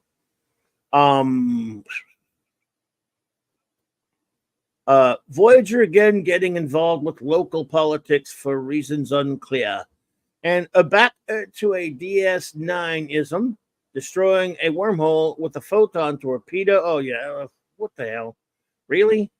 This would not sell Trek to new viewers. Yes, I love him. Indeed, sir. He's such an amazing science fiction. Hey, Katie. Fan. Yes, indeed. He says, Katie there. It's Katie. What's up, dear? He just walks through the door. All right, Katie. Good to see you, my dear. I hope you are doing well. Let's see what we have here from Katie. 30 days, A exclamation point, no doubt. There we go. One of my favorite Janeway disciplinary episodes. They have, well, that's a category for you there. Janeway disciplinary episodes. I like it. She was right to punish Tom, that little filthy bastard. He was completely out of line and over. She didn't say that part. I did, by the way. And overstepped. Good episode showing what a captain needs to do. Thank you, Katie. Oh my God. Cassandra Beacom is here. Everyone say hello to Cassandra Beacom. The missus is here. Hey, gorgeous. Hey. I can't believe she's here. That's terrific. All right. Cassandra, good to see you. I hope you're doing well, my dear. Hope you both are. It's always fantastic to see you here. Fantastic. Let's see. Our good buddy Shooter says was it Counterpoint, right? Says He gives it a C-. Bangway would rather subject herself and the crew to hostile alien inspections rather than go around their space just to save some time. Yes, I can understand the hostility to telepaths. And again, why isn't there some technology that can block this? Just not that interesting. It's a fair call. He didn't find it. And that's kind of where I am, Shooter. Wasn't really all that interesting to me. I guess I got to get more interested so I can yell about an episode, which I would love to. I think I have more fun when I get interested enough to yell at an episode, which I have done, just not as many times I've done it like when I did it to Deep Space Nine. Especially like a Mirror Deep Space Nine episode. I have fun yelling at those bitches. Grade D's from Guagnar. He says, in same way, meets her soulmate. So he says, so Scotty and Relics, using older technology and knowledge was able to keep alive in the transporter buffer for 75 years. But the first thing they can't manage it. Oh, that's true. Good point. They can't manage it for a few hours at a time now. Plot device. Well, Plot device. It's the first thing you think of every time you watch the episode. You're like, okay, Scotty. Lasher says he gives it an A. Loves the episode. Says this is a fan favorite and one of mine too. I like Kashyyyk and the actor. It's a shame he's a one-off. He would have made a good third-tier character. I will admit, Raquel, part 1. Oh, that's part 1. Okay. I admit, Raquel. I would have kept Kashyyyk the facious he is. Yeah, as a recurring baddie is what you're saying there, Lasher, right? I mean, yeah. Yeah, if you like, coming back to menace them again, eh? Well, the way they go in circles, they could bump into them again, right? So what? They can bump uglies? I mean, yes. Geez, why like, not? Janeway's got to have her one fun thing somehow. It's one thing for Janeway to, sort of use her feminine wiles to trick him. But it's entirely another for her to play tonsil hockey with him and do close talking Kathy and then do a little weepy over the kid killer here. Like, come on, man. Jill says D. Janeway even entertaining that Kashyyyk is truly defecting from his fascist, xenophobic peers was attempted to be counterbalanced at the conclusion that showed she knew better than to trust him. Let's see. Feeding him the wrong orders only served to ease my frustration with the tedious back and forth, only saved by the performance of Kashyyyk, whatever the guy's name is, right? I don't remember his name of the actor's name. No, of the actor. I forget that guy's name. Also, we have plenty of shuttles. So let's give 2 away. Yeah. Oh my God, the shuttles again. Yes, it's Mark Herlick. Maybe. And again, I think I've seen about stuff. Again, there's nothing like the episode. Hate the episode. It's not on him. He's a fine actor. MMM says Kirk. Oh, he was. I'm sorry. The chat. Can we just talk about how much I love, like, every single one of you? Like, I love you so much. Please talk about how you love them. They love you. Oh my God, you guys! I love you guys. Let's see where we're at. Wow. Let me let's see the comments. Eric K says D. I was waiting for Neelix to call the alien girl's little one. Bangway should have gone around instead of endangering her crew and ship once again for nothing. If Neelix would have called any one of those little girls sweeting, I would destroy my television. Wow. I don't want your television getting destroyed for Neelix's problems. So don't. Love you too, Bubba Doom. Every time you see him around a little girl, then you better turn the sound down. Yeah. Ew. MMM says only the beginning. You assume that she would finally lurk, but no, she was just no. in the beginning, you Kirk, assumed you that meant she was Kirk. finally channeling Kirk, but then It was just Horn, right? So yeah, that was Kirk. All right, so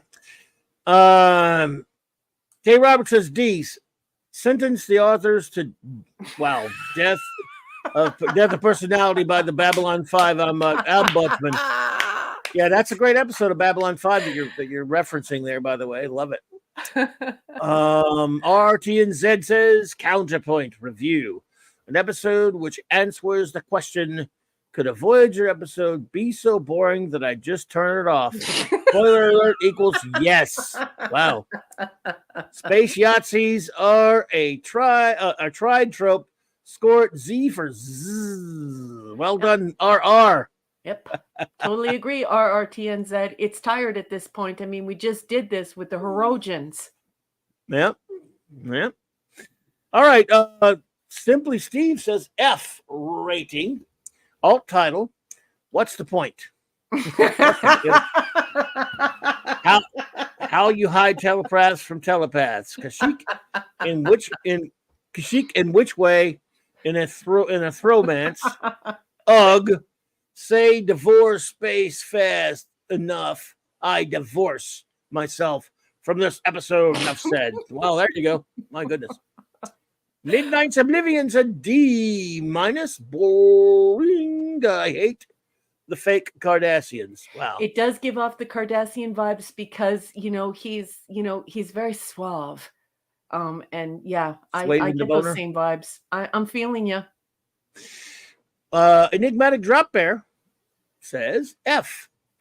Why did Kier, I guess he means, I don't know, Kier, only suggest Torat could help them find the wormhole after Kashyyyk had defected? What was their strategy for finding it prior to his arrival? Why did Kashyyyk offer the crew real specs for refractive shielding, knowing it would enable the refugees to escape? Or, excuse me, it would enable the refugees escape. Sorry. And what's with the Kashyyyk ruse? Kashyyyk ruse, I think it means. Anyway, find Torat and spring the nebula trap. That's not a question. Sorry, that was me reflecting poorly. Sorry about that, Ed. I mess up your words. I'm an idiot. You know that. Why did Insane Way so readily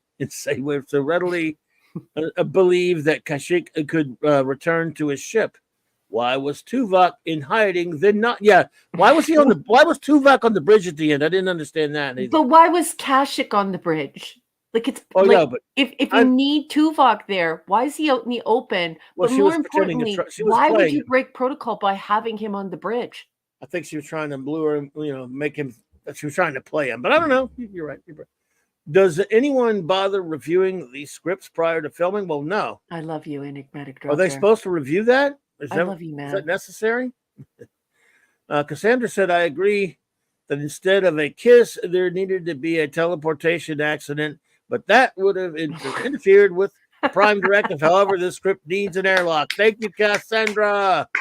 Cassandra and Michael Beacom, I just want to say, because you're both here, you have no idea what a thrill and an honor it is to have both of you reading my stuff. Like, you're both so intelligent, you're both so well read, and to have people with your intelligence and your taste as my readers will go down as one of my life's greatest thrills. Thank you so much for the beautiful things said to me on the Patreon group, and I am so honored to write these stories for you. Thank you, you marvelous, marvelous human beings, and thank you for supporting my work. I'm so flattered and honored to have readers like you. You guys are the best. Katie says, one of the best Janeway episodes. A true chess match between her and Kashyyyk. Great one-liners. Did someone offer you a promotion, or are you just having a bad day? Let's see here. Malar Symphony. Maybe this will help you relax. Just great execution of lines and performance by Kate Mulgrew.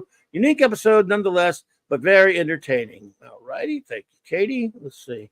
And of course, I believe this will be our last review of the episode. Mark D with us here, the Chief Engineer says B-. Episode would have worked much better if Bangway and Kashyyyk weren't shipped together, but Mulgrew thought it was time for a character to get to have a romantic liaison. You made me do it. Maybe Janeway could. Maybe Janeway could have used her feminine wiles, quotes, to manipulate him instead of going full Spurpy. This is what I'm saying, Mark, right? Like, you don't need to go to the horizontal bop or the tonsil hockey or the weird Janeway close talking Kathy crap. You don't have to do any or get all weepy when he leaves. This guy's a murderer. You had to trigger her again, didn't you? Love you, Mark. The episode Triggered. It's trying to make an important point about discrimination. Yes, it is. And tonsil hockey, apparently. In that regard, I appreciated the mission, but the execution was bland. The final act was the best part when we learned Janeway didn't trust Kashyyyk and had turned the tables and rescued the telepath. Yeah, I'll agree with that. That was pretty. P.S. The Devore should have used Benny Hill as the toy maker to search out those rascally telepaths. I actually now have the Benny Hill theme song. Thanks a lot for putting the Benny Hill music in my head. When they go into Benny Hill chase mode. Yep. Yeah. Now, thanks a lot. Thanks a lot, Mark. Mark, go to the agony booth. Go. Just go. No, I'm kidding. I love you. Yeah, dude. Dude. Oh, well. Your agonizer, please. So, for our next episode, I like Mark in the chat. It's in my contract. Latent Image, our next upload. Yes, Latent Image is season 5, episode 11. If you're following along in the companion or the celebration, and that you really need to get vetted sources if you're looking up this stuff. Yeah, don't go to the user generated crap. This is production code 206. You'll notice that we're getting a little out of order. You're out of order. And you can also tell by Tom's haircuts, right? Anyway, just when you're watching things over and over and over again, these are the things swirling around in your head because I've just watched it too much. Okay, this first aired on January 20th, 1999. And now let's stay copyright compliant, shall we? And keep them all happy. I'm going to be reading from Wikipedia, the horrible user-generated encyclopedia that has a free summary. So we don't have to worry about it. Although it really sucks and it's definitely hard to endure. Saddle up, lock and load. During a routine medical examination, the doctor discovers evidence that Ensign Harry Kim has undergone complex brain surgery within the last 2 years, which only the doctor could have performed. Having no memory of the procedure, the doctor attempts to reconstruct the missing time period and discovers that certain files in his memory were deleted. A reconstruction reveals photos of an Ensign Jital, a woman of whom he had no recollection. Oh, punches. I don't advocate for violence. Maybe she can get. The doctor eventually discovers that Captain Janeway and the crew conspired to eliminate files concerning a traumatic event that caused the holographic equivalent of a psychotic break. After an attack during an away mission, the doctor could only treat one of 2 equally critically injured patients, Ensign Jital and Ensign Harry Kim. The doctor saved Harry while Jital died on the operating table. As time passed, the doctor was overpowered by guilt, believing his friendship with Harry affected his decision to save him rather than Jital. A conflict then developed within his ethical programming that compromised his impartiality. On having the previously deleted files reinstalled, the doctor's mental stability once again deteriorates, and Janeway is faced with deleting his memories or allowing the doctor time to resolve his guilt, a decision that could leave the crew without a medic in the interim. 7 of 9 argues to Janeway that much as she herself did, the Doctor's personal development has advanced to where he deserves an opportunity to evolve beyond his program's original constraints. Whoever you are, you're ridiculous and you need shin kicks. Janeway allows the Doctor to retain his memories so he can eventually reconcile with his past actions. In the final scene, the Doctor reads from a novel, a collection of poetry. The words differ from the actual poem to make them more applicable to the story and give a more profound sense of closure. In that book, which is my memory, on the first page of the chapter, that is the last day when I first met you, appears the words, "Here begins a new life." And that is all Wikipedia struggled to say about latent image. Doc, not Doc, about the Doc. Captain, my captain, tell me, what do you think of latent image? Well, I'll be honest with you. I don't buy into the concept. I don't like it. I don't like that the Doctor will be overwhelmed with guilt. I don't like 7 of 9. And even if it does happen, I don't like 7 of 9 making them talking Janeway into him bringing it back. You know, in other words, it's tough for me how he would be overwhelmed with guilt like that to deal with it. I mean, he's terrific in the episode. Robert Picardo does a great performance. But I'm not so sure I buy into him having that kind of problem. Since he's programmed, I know he's changing and evolving into this being or whatever, but he is still programmed to deal with losing patients. And he should be able to handle it. Yeah, that's very clear. And I mean, we're supposed to believe that somehow the conflict of him like having to choose one. How many? I mean, is this the first time he's had to do that? No, it's not even close.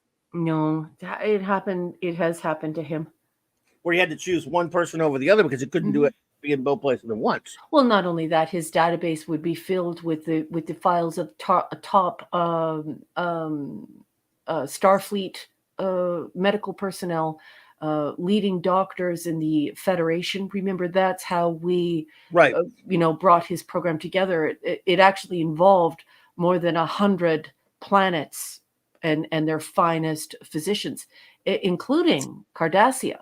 So he definitely, this is written into his program. This is a part of who he is, right? So. Yeah, I just think I think at this point, now again, maybe if this episode were done in an earlier season, I could maybe buy into it a little bit more. But at this point, if he really is evolving, he's learning that, he just picked one to work on. I mean, he didn't even flip a coin.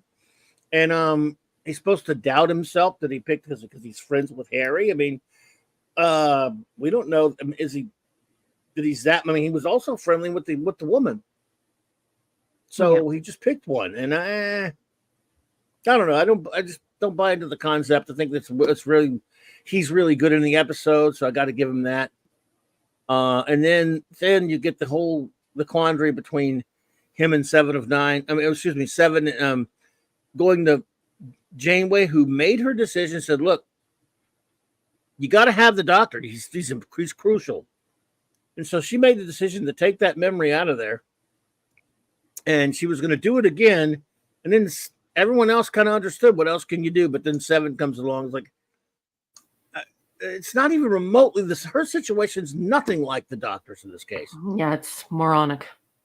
I just don't think it works. For me personally, it doesn't work because you're the captain. You need to kirk up and go, well, I'm sorry, but we can't have the Doctor flaking out and going crazy. We need him. He is here to be the Doctor first. It's also whatever it takes. It's also the fact that it goes beyond just simple opinion of liking something or disliking something, because one also has to take responsibility for the known universe. So when you're creating the world of pretend, when you're creating fiction, and you tell folks the rules of that fictional world, and you're constantly changing the rules of that fictional world breaks apart. You see, when somebody is writing on your mind's eye, moving the furniture in your mind and bringing that world together, the only thing that keeps that world together are the things that are said and done in that world. So I do think that this is a filth-like episode because it does two things. It revisits two massive mistakes and pretends that those mistakes did not happen. And that's what I wrote about in my notes. Go but for this the is like notes. that time where everyone said, why did we make that stupid episode where we said we couldn't go past warp 5 or warp 3 or whatever? Like it's happening again, right? And so and I think it's very important for folks to realize too that it's not about loving Voyager or not loving Voyager. It's not about, staying loyal to Voyager or not being loyal to Voyager. It's really about being responsible for caretaking not only Gene's ideas, but also caretaking your own sanity, right? When somebody tells you about a fictional world and says, come here, come into my fictional world, I have some things to show you. And then they turn it upside down and change all the rules all the time. You're not interested in it anymore. And that's not subjective. That is objective. And we see that in modern television shows. And I think many people in the public get that mixed up. They're like, well, I'm entitled to my opinion. But as I've said before, when you get down to the philosophy of it, it's not really quite that simple, is it? Because we all have expectations. Billions of people think that the Statue of David is a masterwork. You can't just walk up to it and say, that's shit, and I'm entitled to my opinion. So here, I think it's very important to make the authors and this entire writer's room, like 20 people, responsible for undoing their own pretend. I'll talk about it in my notes. Notes. I would like to remind everyone that Naomi Wildman was born in 2372. She is 3 years old, not 12. This is 2375. Qatarians have advanced things in childhood, but they do not rapidly age. That is not true. It's not a part of the Qatarians.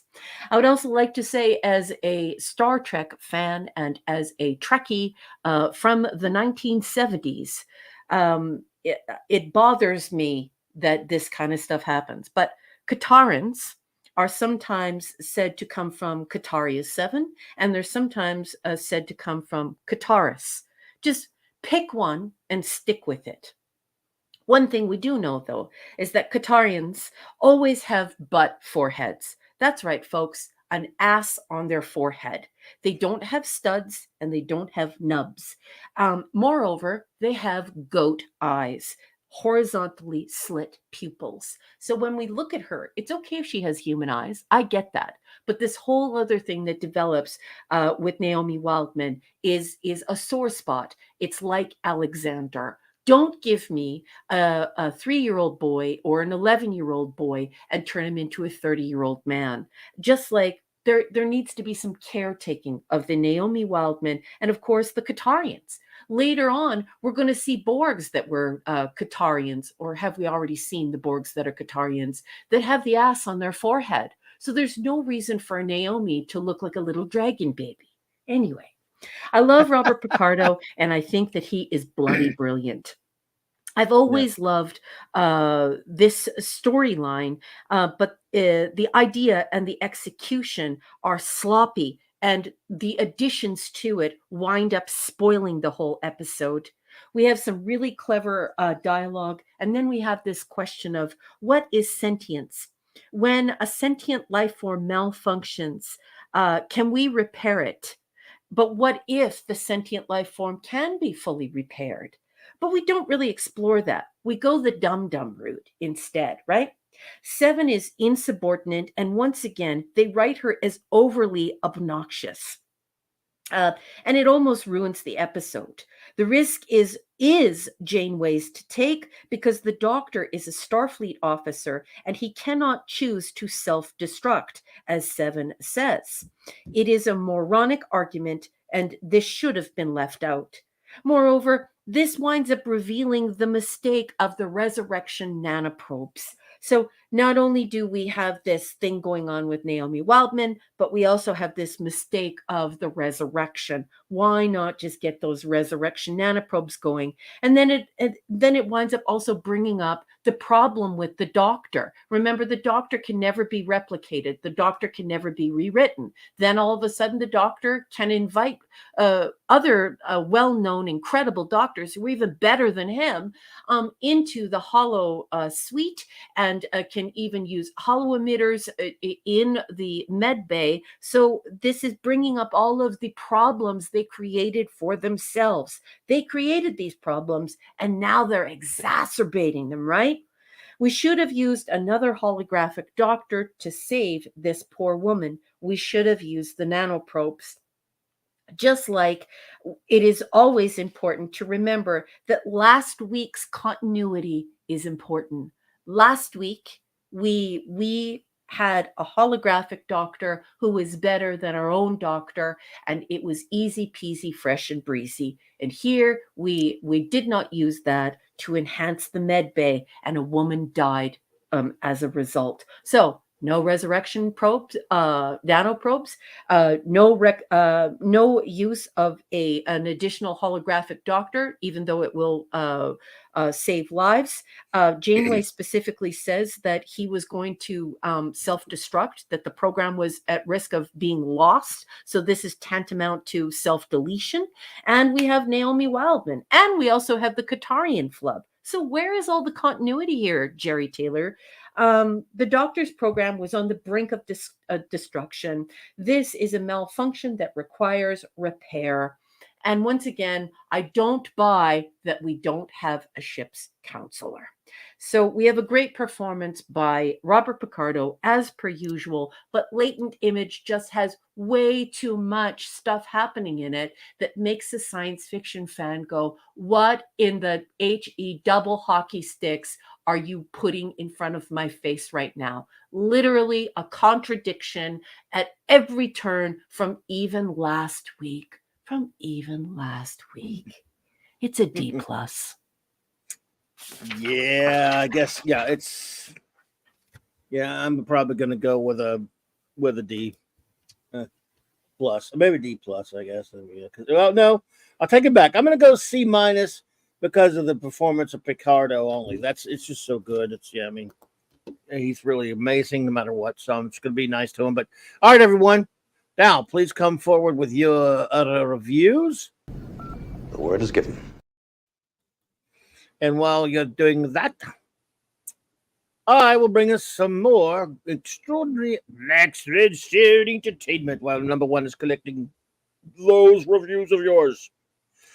All right. Yes, classic comics. Shin kicks all around. Yes. Latent Image by the great Max Redstone says, does he know what he's not seeing? Memories made to be fleeing. Is it an alien thug trying to pull the doctor's plug? Because he picked Harry as his favorite human being. Whoa! That's always spectacular, my friend. Spacky-tacular. Always spectacular. Katie says, Latent Image B. Usually skip on the rewatches because it is a bit of a downer. Picardo does an excellent acting job, and you do pity the hologram because he has gained a soul. All right, Katie. Let's see here. Jamma Lama, ding dong. Oh, I only have part one of Jamma. Jamma, when I see part two there, or did we get part two yet? I don't want to do an incomplete one. It always gets me in trouble. So Jamma says we get part two from there. I better wait a minute so some more of these come in there.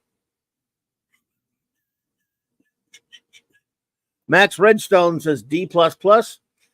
This should probably be renamed I Hologram.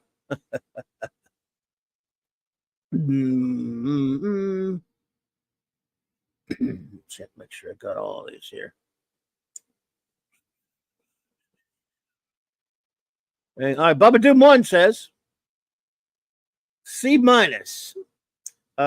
Only because of the doctor. I've mentioned before how surprised I am that I like the doc as much as I do. It feels like they're really getting careless with the writing.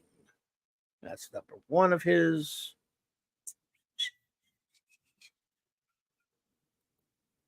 This episode could have been far deeper, especially if planning was done beforehand.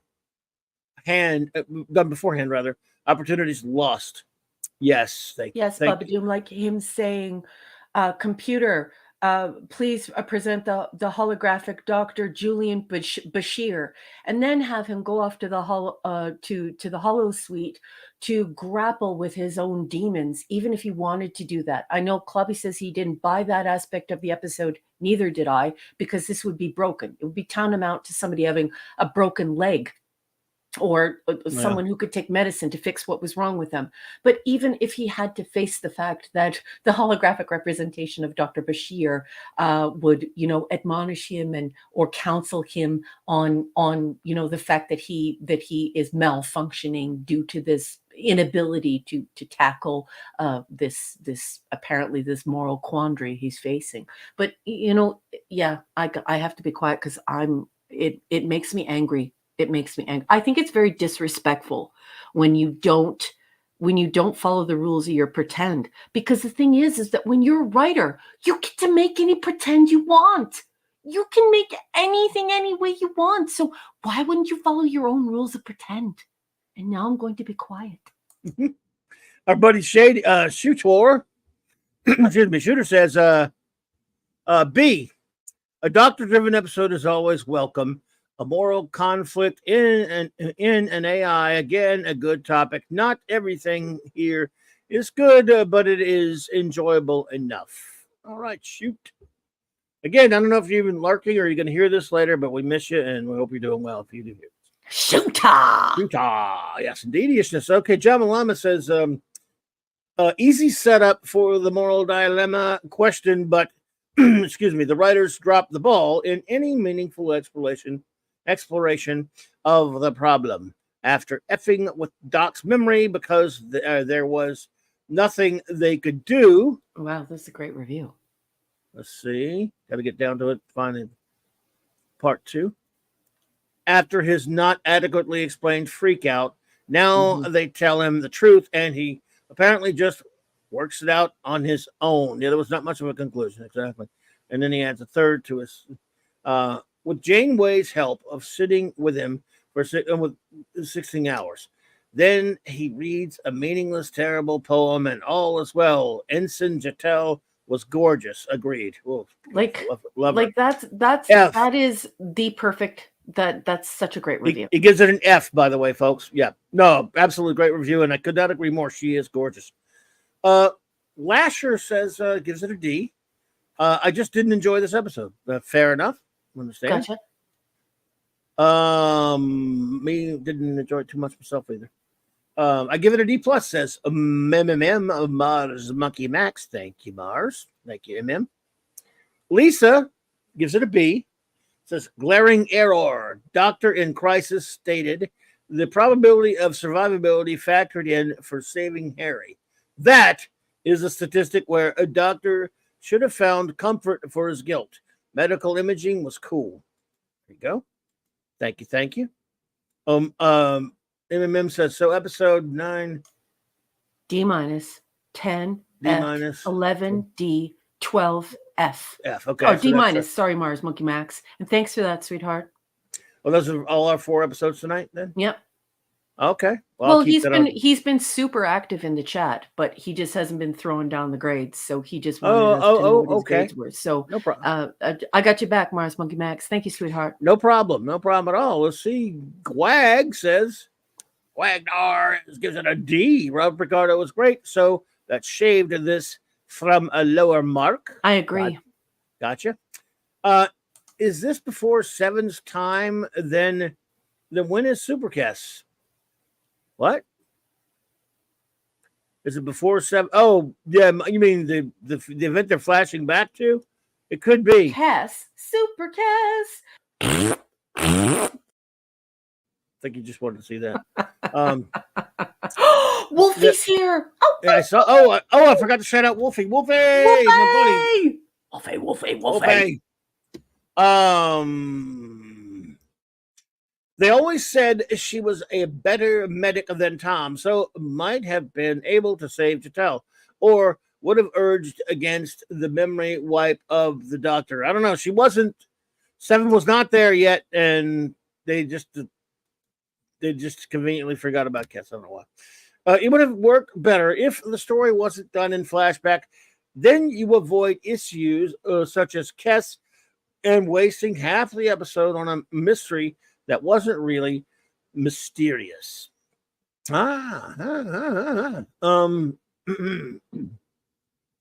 were very sloppy removing his memory. How about just changing it so the doc thinks Jatal was already dead, so he didn't have memories of making a choice? Well, of course, then Seven would have whined about it being a lie, probably, but you wouldn't have. But still. Yeah, that's unethical. Oh God, I'm sorry, he's a machine, and you as a captain, meaning Janeway, have to think about your crew first. He's there to serve the crew. Sorry, he's a slave. I'm sorry, he is a machine first. I know he evolves later, but also you can't. Sorry, go ahead. But he's also a Starfleet officer, and he's a Starfleet officer. Good point. So, someone getting their memories erased. Okay. I forgot what he said before that. Sorry. That's a new idea that hasn't been done in episodes like Clues, Conundrum, and The Swarm. Yep. Or even the Paradise Syndrome. Thine own self, unforgettable, etc. Well done, Gwaggy. I love you, Gwag. Jill says C-.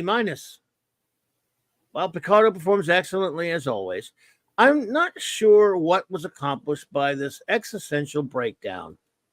Indeed. We already believe he's sapient. So why does he have to break down psychologically as a building block to reconcile his new programming with his old? Good point, Chili. The true nature on the logic of his malfunction are unclear beyond knowing the events that trigger it. Let's see. It was a horrific decision to have to make, but why didn't he have the same issues when he had to let those crewmen die, when he had to seal the passage to prevent the ship from being destroyed? Right. Mm-hmm. What episode was that again? I can't remember the episode. Maybe she can tell us.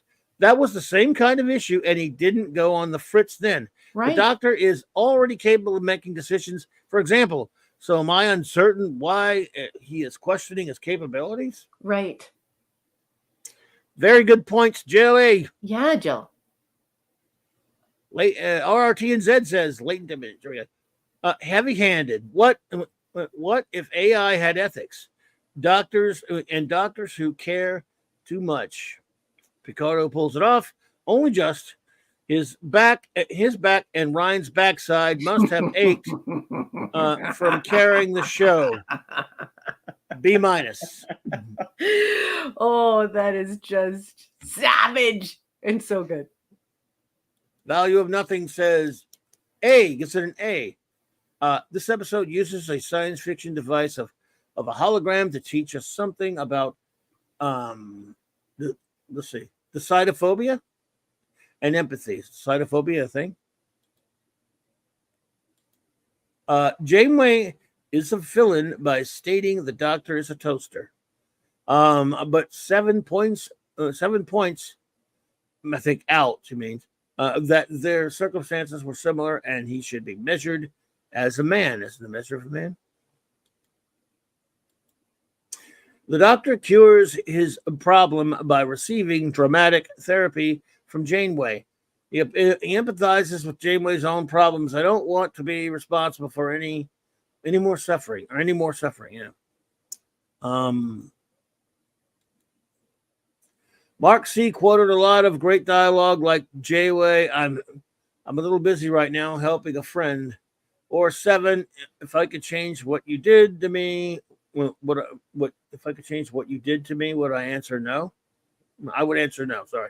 Me, would I answer no? Okay. Thank you, Value of Nothing. Appreciate you. Simply Steve says, F rating. Alt title: Latent Lamage.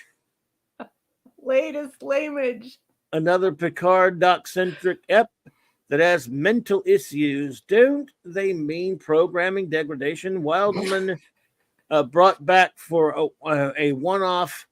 Maybe he needed a debugging. All righty, buddy.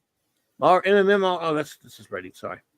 The great Eric K says D-. Was seven away or no longer wants to give up her magic nanobots? Yep. Writing mistake. Yes. Why not fire up a backup doctor to handle more than one emergency? Another so writing stupid. mistake. Yep. So stupid. We know they have backups of the doctor. Yep. Still bothers me that the lizard girl does not have sharp lizard teeth and scales like they told us she would. If it was a problem, go to the doctor with the earlier backup. That's somebody who's been involved with computers for a long time. Just revert to an earlier date. Michael Beacom, C+, he says. Sometimes with science fiction, you have to give credit for effort. The teleplay was by Joe Manosky, who went on to co-produce The Orville. The concept was an A, the execution D-. That's a fair comment. I respect them trying to explore artificial consciousness and problems that may result. Robert Picardo saves the day until you think about it for over a minute. Yeah. Yeah. That's a really, really fair and kind, but intelligent. Like, he does not give up on wanting more. MMM also said, the only thing that was interesting in this episode was an episode where the Viking cast, even they had their moments of, oh God. Okay. So, thank you, MMM. Viking cast. Kay Roberts says again, Janeway just decisively being better than everyone else in decision making. She has a duty to develop her leaders. Okay. Max Redstone says, I told the witch doctor I treated Harry Kim. Come on, you have to do it. What? I told the witch doctor I treated Harry Kim. I don't know that song. I don't know it was a song. You do. You sing it. No, I'm just doing it. I told the witch doctor I treated Harry Kim. I told the witch doctor I treated Harry Kim. I don't know how I'm supposed to sing this one. I told the witch doctor I was feeling dim, and he said, walla bing bang, ting tang, walla bing bang. I'm gonna, Max. I don't know who I'm going to destroy first. You for doing that, or Raquel for putting that in the stars. Good one. Love you, Max. You're both. Nah. All right, that's it. Maximum Redstone. What in the hell? All right. What in the hell? Yeah, that's what he wanted. Oh, so funny. You got to give him. Please. Did you hear me? Michael Beacom, thank you. You mean that one? Yes. Thank you for the super chat. You're too kind, buddy. I appreciate you. He says, Doctor, I don't want to be responsible for any more suffering. Insane way. Sorry. On for more seasons. Thank you so much for that, my friend. Savage. I love you, Michael Beacom. You've earned it. Draw that man in a chicken suit. It's the Chicken Man! Would you like some toast? Some nice hot crisp brown buttered toast. Scotty, as good as your word. Aye, sir. The more they overthink the plumbing, the easier it is to stop up the drain. All right, sir. Thank you so much Jill for that. Remembered, or she went and looked it up. Yes, it was Year of Hell, but I always wonder, was that the one with 8472? But yeah. He steals the hatch. No. Yep. Year of Hell was that. You know what episode that was? Gear of Hell was it was this episode. Is because you're a dumbass. Well, a double dumbass on you! You're a dumbass. Well, a double dumbass on you! Yeah. So Wolfie says rating D with a question mark, a D question mark rating. Ensign whatever was the most flushed out character. Flushed out. I think I mean flushed out on the show so far. She was a cutie. Now I like her. Yeah. The fact we never saw this character before was super distracting. Is she an alien embedded in memory? Pencil Vester from Rick and Morty. Yep. That is what the viewer is thinking. At first, we don't trust her. And that's kind of dumb because then we don't have any empathy for her and she winds up getting killed. It's very sloppy writing. And now you got to do this one. It's hooked on a feeling. Come on, do it. Ooka chaka, ooka chaka, ooka. I can save this patient inside my sick bay. Ooga chaka, ooga chaka. Okay. I'm hooked on a feeling. I'm believing this episode. Stop with the song, Scott. Right with everybody.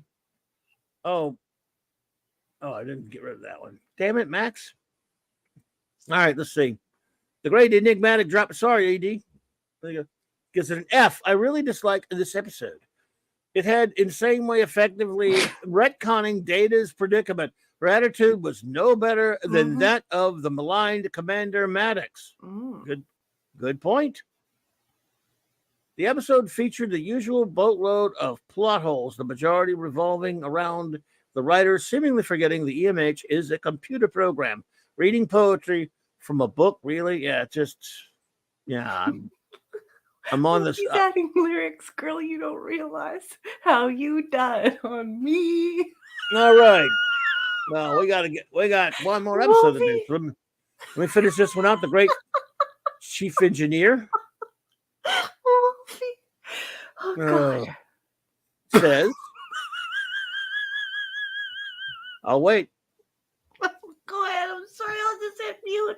There you go. Hey, you're gonna make me do it. Larry was a super sticker. Thank you, my friend. He gives thank you, buddy. Appreciate that. What should we give him? Larry! Thank you, Larry. Bat. What do you think he likes? Oh, I know what he wants. He likes Bat. Give him Bat. A what?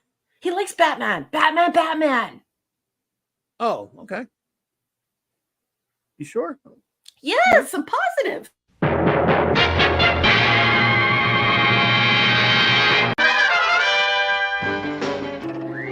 Atomic batteries to power. Turbines to speed. Roger, ready to move out. All right. Do we have any Avon? What do you want to do? I mean, just one Avon. Come on. Only for Larry. Thank you. Everybody else is going to want one. What about you? What about me? Why don't you go? You are expendable. And you're not? No, I'm not. I am not expendable. I'm not stupid. And I'm not going. Thank you, Larry. Love you, Larry. Mark D with a C says B. Interesting take on the Doctor becoming more human as he continuously evolves. How do we deal with grief and live with tough choices? Agree that Voyager should have more trained medics, supercasts, or another hologram to help. But for the story to work, that can't happen. Will AI have emotions and become sentient someday? Recall the computer engineer who was fired after claiming the AI was depressed. I appreciate the use of prose from Dante and from Dante 1294 having such an effect on the Doctor. Erasing the bad memories doesn't work. The Doctor has to live with his choices to continue to grow. I just hope my toaster doesn't get too depressed someday if I want waffles. Would you like some toast? Some nice hot crisp brown buttered toast. All righty, folks. Well, we're ready for our next episode, number 1. Yes, we are, Captain. Sorry that I was laughing. I just couldn't. Don't be sorry. It was making me laugh. So it's funny. Couldn't help it. People It's enjoy it. Wolfie's fault. It's Wolfie who. Damn you it, should be Wolfie. putting in- Yeah, put it, Wolfie in the agony booth. He was being very funny, and I couldn't help it. Damn it, Wolfie, stop being funny. I'm just kidding. Don't. All right, everybody. Next time for our final episode of the evening. It is. Bride of Chaotica. While you're reading that to us, I must go get me some. Don't be sorry, Wolfie. I must get me some. No, I love it. Some medicines. Keep it going, Wolfie. I don't mind getting in Yes. trouble from the teacher. Yes. Go ahead, boss. I'll be right back. Just go for it, and I'll be in earshot. I promise. You heard the Go for boss, folks. It is Bride of Count Chocula, Season 5, Episode 12, Production Code 207. This first aired on January 27th, 1999. Now I'm going to be reading from Wikipedia. It's probably going to suck. It's probably going to suck large. Saddle up, lock and load. During an episode of The Adventures of Captain Proton on the holodeck in a reoccurring Voyager hologram program in the style of vintage movie serials such as Flash Gordon and Buck Rogers, Ensign Tom Paris and Harry Kim are forced to leave the program running when spatial distortions trap the ship and disrupt their control over the computer. Okay, well, that can't be one sentence, idiot. Well, the command staff on Voyager seek to discover a way to free the ship from the spatial distortions, extra-dimensional aliens who exist in a photonic state, cross over from their own dimension through a distortion located in the holodeck. There they are detected and attacked by Dr. Chaotica, who believes them to be from the 5th dimension, and whose holographic photonic weaponry, though harmless to humans, is deadly to the aliens. Eventually, the crew discovers the war waged between Chaotica and the 5th dimension and must defeat him by playing out their roles as the fictional Captain Proton, Tom Paris, his sidekick, Buster Kincaid, Harry Kim, and the President of Earth, the Doctor, who is himself a photonic being, and Arachnia, Queen of the Spider People, a campy space queen who is destined to be Chaotica's bride. Again, that's not a single sentence, nincompoop. Paris asks Captain Janeway to take on the role of a femme fatale, Queen Arachnia. Mortified, she refuses such an indignity, but reluctantly agrees in order to help Voyager out of its predicament. Inside the program is, and now in full costume, Janeway, or Queen Arachnia, uses her charms to manipulate Chaotica. Hey, sound familiar? Sound familiar? Yeah, that was just a couple episodes ago. Inside the program, and blah, blah, blah. Chaotica into lowering the lightning shield protecting his fortress under the pretense that her loyal subjects in their spider ships can attend their wedding. Chaotica becomes suspicious of Arachnia, so she attempts to deactivate the shield herself, but Chaotica traps her in his confinement rings, a force field for double-crossing him, telling her he will kill her after their wedding night. Using a vial of her spider pheromones to hypnotize Chaotica's guard, Arachnia manipulates him into freeing her. She then deactivates the lightning shield, enabling Captain Proton to fire his destructo beam at Chaotica and defeat him, thereby freeing Voyager and allowing ship and crew to continue on their journey home. Whoever you are writing this crap, just stop writing. You're not good at it. Just stop. Just stop. Boss, what did you think of Bride of Captain Chocula? Captain Chocula. Man. You know how I am about holodeck stuff, even though they were different. They had to find an excuse to use their holodeck stuff. So it's kind of fun. I like Captain Proton enough, like they've done it once in a while. There was bound to be a whole episode about it. They're never my favorite episodes, these holodeck ones. It was cute enough. It's fun enough. Like I say, on a better show that's really challenging me every week and doing all kind of interesting things. A little side episode like this that's just for fun. doesn't come amiss. I'm kind of cool with it. So I enjoy it for what it is. It's kind of goofy, silly, fun, but it's sort of like, I remember when we were reviewing DS9, and they seemed to be obsessed with doing comedies all the time. They're like, this comedy after comedy after comedy. Whereas in the original series, you had a grand total of 3 comedies out of 3 seasons. And you go, and you know what? That's okay. Once in a while, have something kind of offbeat. But they just do it too much on these later shows. And they probably don't do it as much on Voyager as they did on DS9, but they do get involved with the holodecks a bit too much sometimes. And it's fun and all that stuff. If the show, like, for example, if we've been sitting here and they've got some really good, riveting episodes throughout the season, then something like this is a little easier to take. But you guys just playing around with your self-indulgent crap sometimes rubs me the wrong way.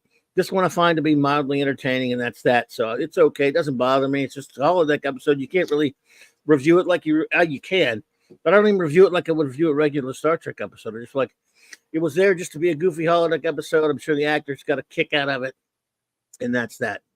So, notes? Yeah, well, if you were alive in 1999, and of course, in 1999, I was a mom, and I was definitely alive. You know that 2 Bangway episodes dedicated to her with almost no appearance by Lotto Super 7. You can definitely see what they're all talking about behind the scenes back in 1999. And even once they got to Twitter and started getting at one another until they apologized to one another or whatever, you can see the tension there, right? Between Kate Mulgrew, who is a woman who is supposed to be the lead in this show, and then this younger girl who is given a body apparatus to enhance her to the point where, men's tongues are hanging out of their mouths. And so we have so many Lotto Super 7 episodes back to back where it's just all like sex appeal 7, Super 7. She's 7, can do anything. She can resurrect Lazarus. And then all of a sudden there's this pushback. And then we're getting Kate Mulgrew in these sexy, in these quasi-sexy environments that make no sense to us, like her liking like a killer. Yeah. Yeah, like, playing tonsil hockey with a mass murderer, a guy who kills children. And she's like, yeah, this is just all a part of my feminine wiles. And then here we have her dressing up in her best Halloween costume to show up and to look sexy. So it's just, you can see how, like, just egos. I don't know what's worse, like politicians or people who are like actresses and actors. Like, they're just the egos. Jeez. Yeah. I don't know, anyway, we have a quote, "The Lost Art of Hyperbole." Tom says this. I just wanted to let everyone in the chat know that there's definitely no loss of hyperbole in 2024. The holodeck is used the way that I would use it for 1940s, 1950s, and 1960s B sci-fi reenactments, but I just don't find this enjoyable. I just don't find it enjoyable. I actually find myself losing interest in it because I find it to be very slow paced and there's not enough punch here. It's not funny and I don't care. The holodeck is malfunctioning once again. Big surprise. Now it's a distortion and we're all going to die. I mean, how many times are we going to go back to the holodeck, just like the captain said? Yeah. I used to own and operate restaurants and nightclubs, and I can let you all know now that 4 toilets for 150 people is definitely not an issue. The rule is, if you want to know, if you're going to have a party or it's a wedding or whatever, the rule is 1 toilet and urinal for every 40 people. So that would be industry standard. So no one would feel uncomfortable and need to, they're not running out of washrooms the way that Neelix said. All they had to do was phone a local restaurant and ask the owner that. So that's some pretty sloppy writing. The sensors on Tom's holographic ship originate in the Voyager's computers, so they are not more powerful or insightful because they're the same effing computer. I almost said the F word on air. I'm just kidding. I would never say the F word on air. I have self-control, but I do like to joke about how much profanity I would use if I could. They originate from the same place. It's the same computer. It's the same computer. This is a comedy episode that isn't very funny. It's not awful, but it's also not good. I gave it a C. Yeah, I'm with you. It's just sort of there. I mean, it doesn't really bother me or anything. I give it basically a C plus. So, it's okay. It's a lot of people like it. I do like that Tom plays around as the Captain Proton. I know when it's in other episodes where it's just part of one, like for a couple minutes. I like it. Okay. Oh, no apologies necessary, ED. Don't worry about it. Yeah, that's okay. Don't worry about that at all. So, number one is. Oh, by the way, get ready your reviews, everybody. I'll miss Enigmatic Drop Bear's reviews of this. I love you, ED. How are you doing, sweetheart? It is so good to see you, and you know you've been missed. You know that, right? Everyone, The word is given. put your ratings and reviews up there. Cassandra left feedback. Huh? Yeah, Mrs. Beacom. I started. Yeah, I saw that. But anyway, oh yeah, well, I'll get to it. First, while you're getting what people are giving their reviews, let's go with some Max Redstone entertainment. Okay. Let's do it. Okey-dokey. Maximum Redstone. All right. So Bride of Chaotica by the great Max Redstone, everybody. Heroes and villains and photons converge. War of holographs and aliens will emerge. A real situation with no saturation and a Captain Bride image I wish I could purge. Wow, Captain Bride image. I like it. Well done as always, great Max Redstone. So, yeah, but never worry about that, ED. That's fine, man. Like I say, you saved yourself bother of having to sit through it. I mean, I thought it was just okay, but it's not really, it's not really my bag. It's very popular, I guess. A lot of people like it. Holodeck episodes were never really my thing. You know what I mean? Yeah, there's some great production value here, and it's really It looks great, and the costumes and everything. So some effort. So I don't mind giving it a C. But there's nothing. Or what did I give it, a C minus or a C? But there's nothing. I just gave it a C. But there's nothing really. There's nothing Star Trek about this at all. And and it's not even a great comedy episode. Do you know what I mean? It's just. Yeah. It's okay. It's just yeah. It does look great. Yeah, I did like what it looked and everything. Oh, Enigmatic Drop Bear, you are not letting the team down. We just enjoy your reviews so much that you could just wax philosophical in the chat, and we would definitely be into reading all you have to say. We just love you. That's all. Let's see. Get some of the starred there. Hey, what are you doing? Well, because they weren't starred. I don't know if you were. Well, I like to do them all at once so they don't go up on the doohickey. Well, okay. I gave the word. Sometimes they go up on the screen. I don't like it when they do that. And also sometimes the chat burps and then you miss some people. Don't worry like about it just did right now. Damn it. All right, so here we go. MMM gave this episode an F. Wow. Cassandra had said, as we said, eject the holodeck from Trek. Please, it is a virus to the mission. Yeah, Love it. It's a little old, doesn't it? Value of Nothing set F.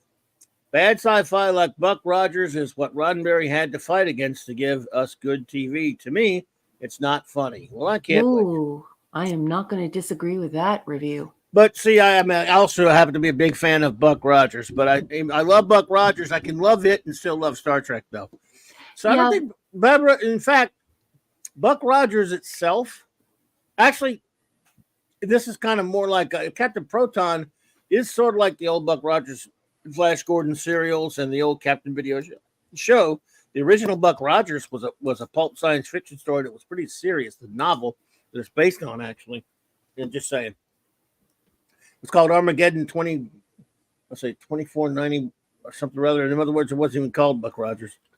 Let's see, by Philip F. Nolan. Mars right. Monkey Max is saying, so we're reviewing season 5, episode 13 next week. Right. I don't have the episode numbers. I just have the episodes. Yeah. We'll show you what the episodes are next week. Yes. I mean, after we get through reviewing these, with this one, we'll show you what the episodes are going to be for next week. Is what I meant. Gwag says, grade B+. This feels very strange to say, but I enjoyed watching an episode of Voyager. The music, the effects, the acting were nice callbacks to the classic serials of the 30s, which I'm a big fan of as well, Gwag. That's why my enjoyment of this episode is purely superficial. Seeing the way it looks, even having a Ming the Merciless type of a character, and the way, all the stuff with the Captain Proton stuff is really fun for me to watch and fun for me to look at. I just don't think it's particularly great. Even the stuff with the holographic life forms, at least that was something, but it's still, it's when they do a full, in other words, they use the holodeck sometimes. When they do a holodeck episode, which is, of course, almost like a genre unto the new Treks, they have to find an excuse for it to be screwed up in some way. This one, amongst, I guess, as excuses to do a holodeck story, although this one isn't bad. At least you had the photonic life forms. That's better than some dumb ways the holodecks malfunctioned. I'll give them that. But yeah, but still, it was fun to look at. There's no question about it. And a lot of people like it. This Is one, because you also, if you're a hardcore Trekkie, you're gonna want to give it a higher grade, because I think all of us have this feeling that we would at least do this a few million times if we had an actual holodeck, because I also love those early sci-fi films. And I love those old serials. I love Flash. I love the Flash, Buster Crab, Flash Gordon. He also played Buck Rogers and even Tarzan in serials. I love those things. And I love the Buck Rogers TV show. But I'm sorry to interrupt you, but our friend Eric just left you a gift. thank you, buddy. It says Virgin Harry cannot even get lucky on a holodeck. Those twins are cute. Oh, I love those twins. Oh my God. Yeah. Okay. Gwag also says Tom picked the right person to play Queen Arachnia. Insane way as a despotic being of evil fits with her character. And the Doctor was great as the president of Earth. I'd vote for him. Yes. Agreed. I mean, look, I don't dislike the episode. I just wasn't that super excited, but yeah, I had a lot of fun with seeing all the cool stuff in it. I'm in love with the aesthetic, but I didn't find it funny. Yeah, I found it just. First, I don't dislike it at all. I like to look at it. I love the look of it. Yeah, me too. I like the interaction with Tom and the crew, and as he tries explaining the Captain Proton universe. Agreed. I felt like when I try to explain Star Trek to friends and family. Oh, it felt like felt like that. Yeah. Good point, sir. Oh, what a great review, Gwag. This is a great review. Yes, it is another malfunctioning holodeck episode, but what makes this one different is that it is fun.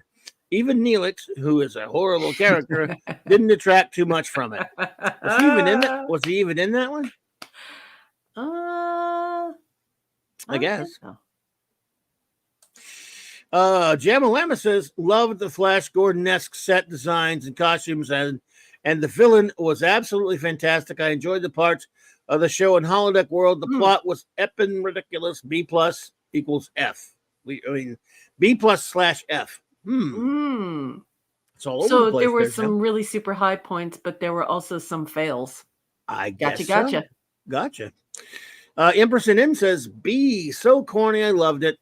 I always makes me laugh as the campy non-Trek-isms keep me enthralled. And remember, you are the queen. You're the queen. Gwagnar was just saying Neelix talking about the Voyager bathroom. Yes.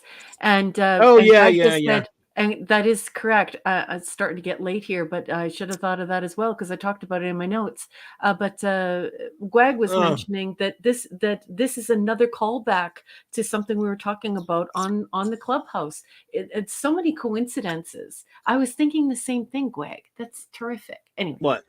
Okay, what we're talking about? Just like that, many times the things we discuss on the Clubhouse wind up either happening in real life, or they wind up being in the episodes that we're going to be covering in the following week or in the Okay. following days. Oh, yeah, It the other happens night. regularly. Mark talks about it all the time, and Right. Wagner has started to notice it as well. So we're all kind of freaked out because it's Oh, so yeah, many yeah. No, winky dinks. I remember now. Yeah, you're right. Mm-hmm.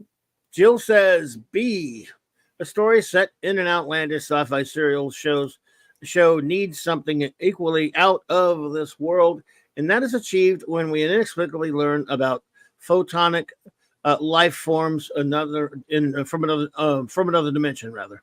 Mm-hmm. So to photonic life from another dimension. Sorry, Joe. And just forget about the Beowulf. Just forget about the Beowulf one that already had photonic life. No, don't forget about that. The writers already did. That one rocked. This one was enough fun for me. Thank you, Jill. Nice. Well, I'm I glad got you enjoyed it. good call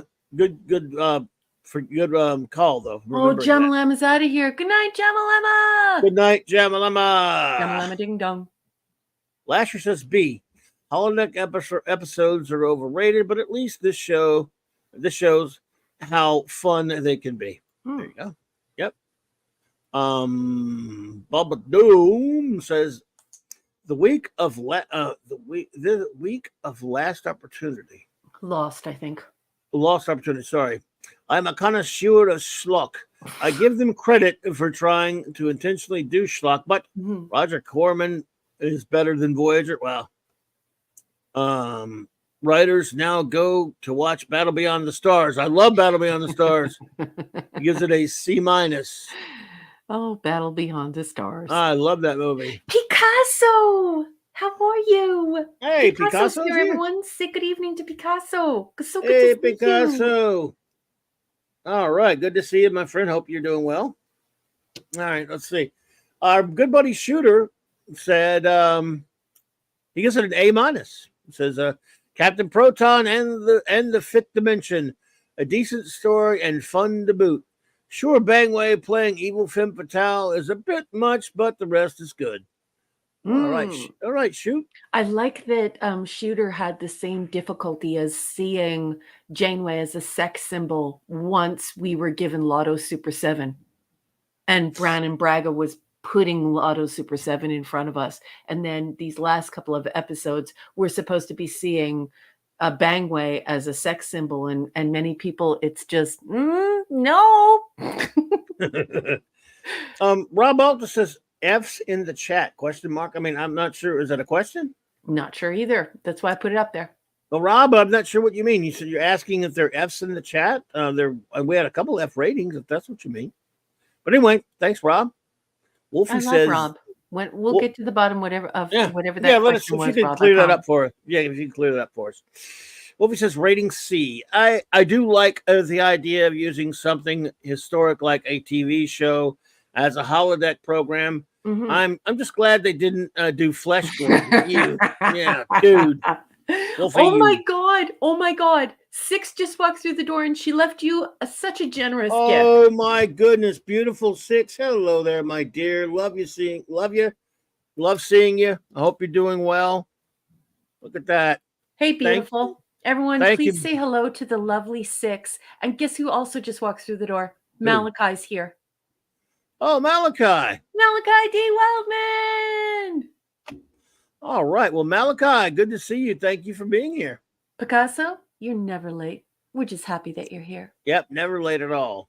But Six, thank you so much, my dear. And Malachi, good to see you. Okay, let's see here. Sorry. Let's see.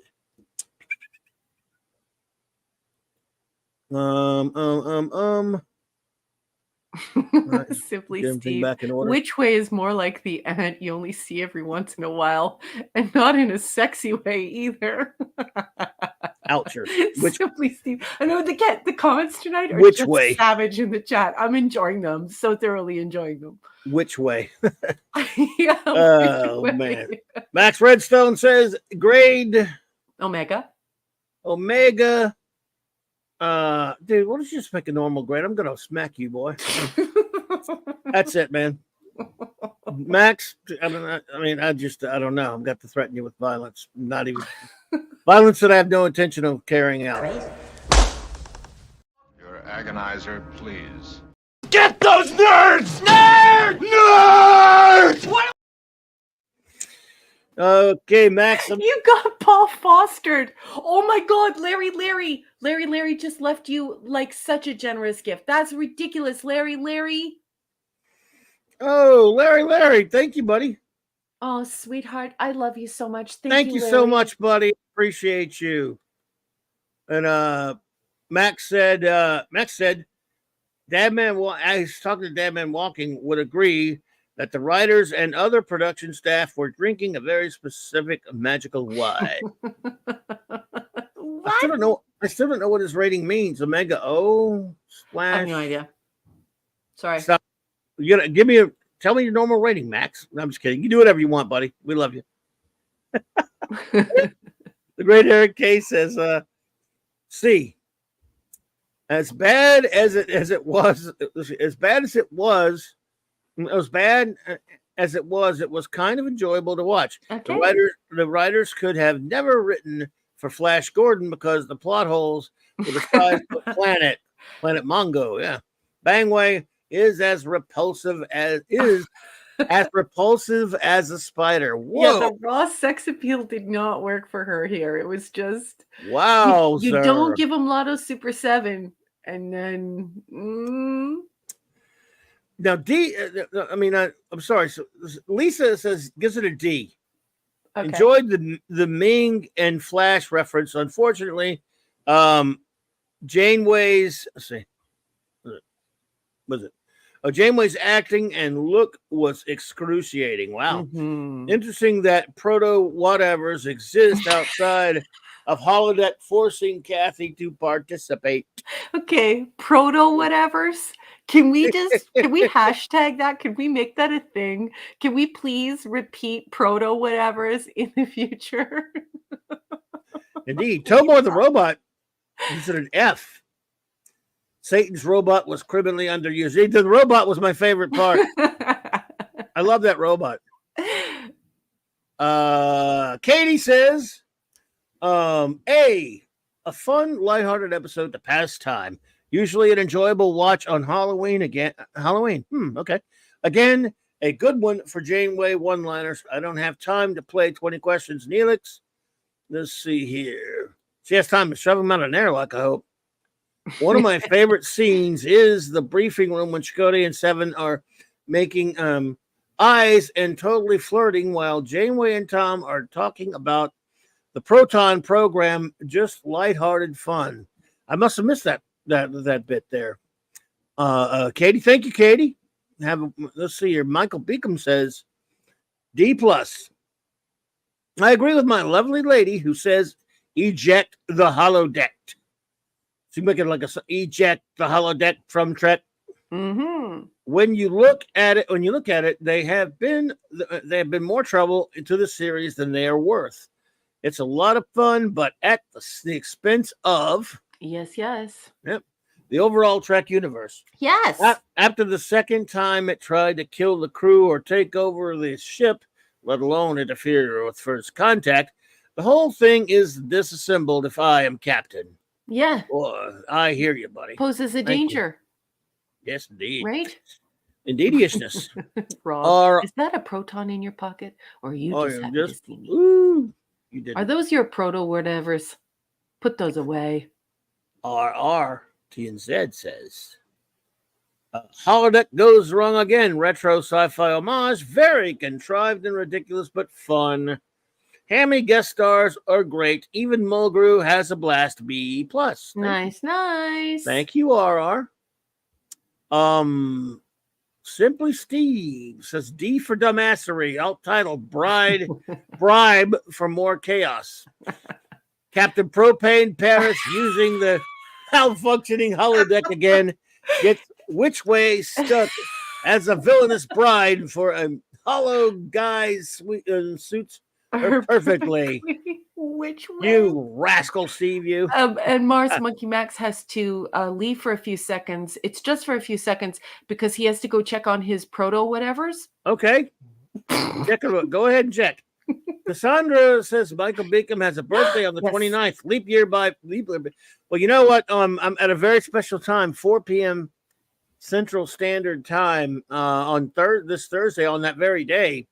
Michael and Cassandra.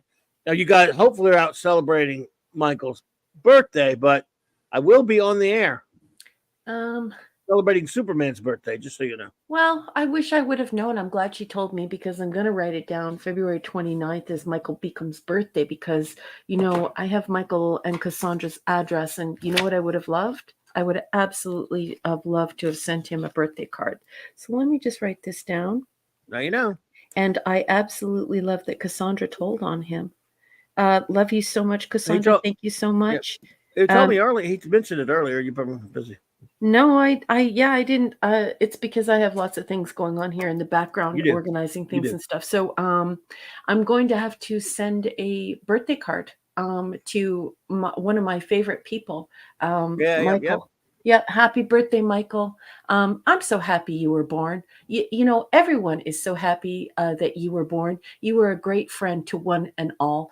And it is such an honor and a pleasure to know you and your beautiful wife. So I am going to dig your address out. I know I have it somewhere, and I got to get a card off into the mail. So happy birthday, sweet human. Larry, Buddy says review was fun at the time, B-. Thank you, sir. And Malachi D. Wildman says, hello all, D-. Did Captain Proton save every one of us? I got a Flash Gordon reference there. Cool. He saved every one of us. With a black and white holodeck, at least they didn't go to plaid. Listen, last Captain Proton episode, Proton out, baby in. There you go. Oh, yeah, I see what you're saying, yeah. Jill said, basically, Max's score is 0. The Omega constant is approximately, oh my God, why are you putting all these numbers up here? I gibberish to me. Well, no, it's not gibberish. You asked her and she teaches math. It's gibberish did I use the words to me? I can look at them for 3 years and I won't understand anything because they're numbers. No, but if anyone is tuning in and they want to know what Max was at. Well, Max...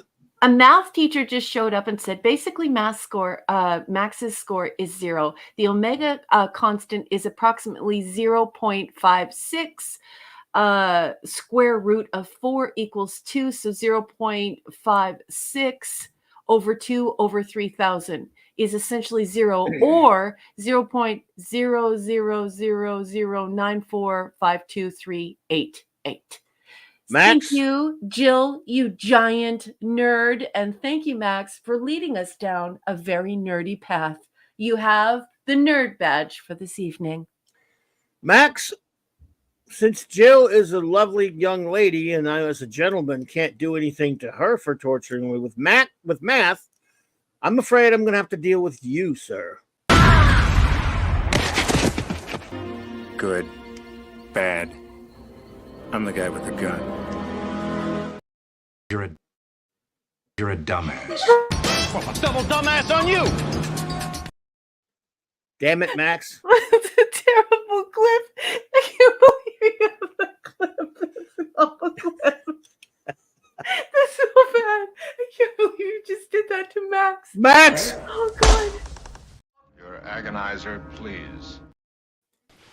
Everything that guy just says is bullshit.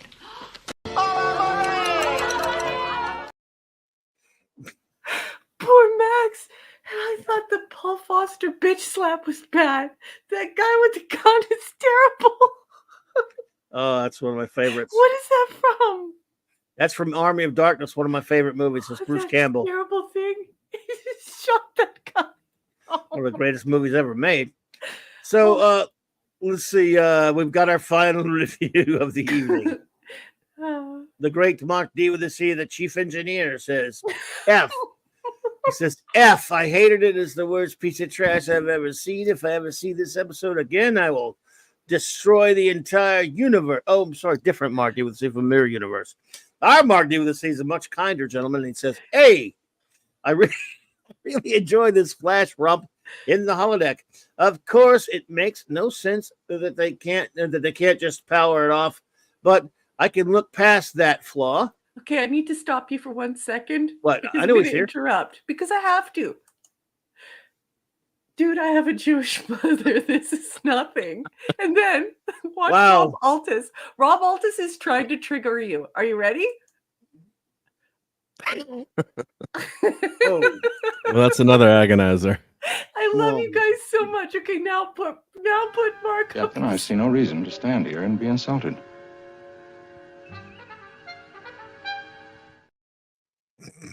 let me finish Mark's. It's rude to interrupt Mark's review.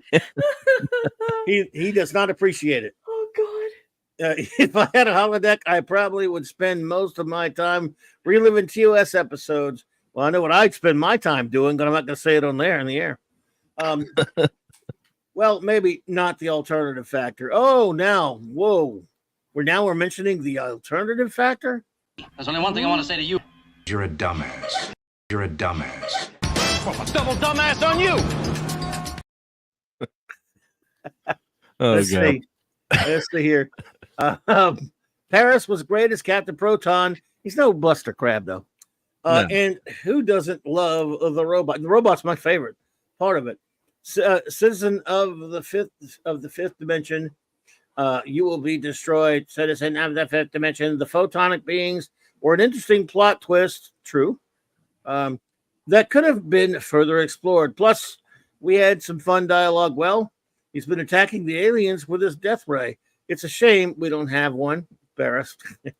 So yes, I do agree. It was fun. And Bubba Doom says, Oh my gosh, Bubba, thank you for the gift. "Thank you, Bubba. Appreciate you, buddy." He says, "Raquel, you must watch Army of Darkness." We'll have to talk about that. I don't know if there's certain movies we can have her watch and then we can't have her watch. Minimus is here. She might be able to handle it. Minimus. I think she might enjoy it, but I don't know. Enough comedy in it. Yeah. Looks super violent. Some violence, yeah. Some By the way, violence. That guy just shot somebody. Like, it's no problem. There's no. Good. Bad. I'm the guy with the gun. Yeah, but he shot. In fairness, he shot his own self. So He should. Yeah, shooting himself. Yeah. it was an evil version of himself. So he deserved it. Yeah. Okay. Bad dash. So anyway, no, Minimus, no, absolutely not. Do not watch Evil Dead 2 I will ever. not watch that. No. I can tell by No. the title that I would not watch that. No, Oh my I love God. Evil Dead 2, but don't you watch that ever.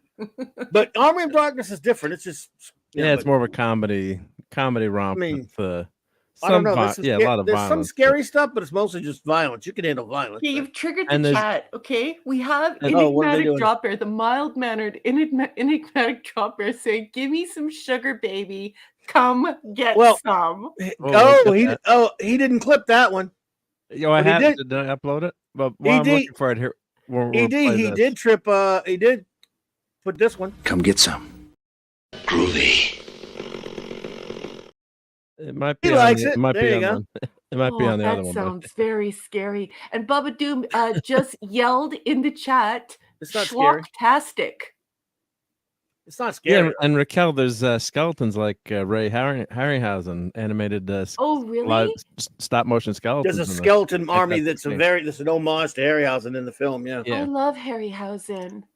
yeah, that's You're making it. You're sugarcoating it a little bit much, though. It's like an homage. You know, in Jason and the Argonauts when Yeah, they yeah. have the skeletons, Yeah. well, they have like an army of. But it's kind of an homage to that. Oh. yeah. And since we were talking about that last time, I got to play this clip before I delete it so I can put that other clip on. But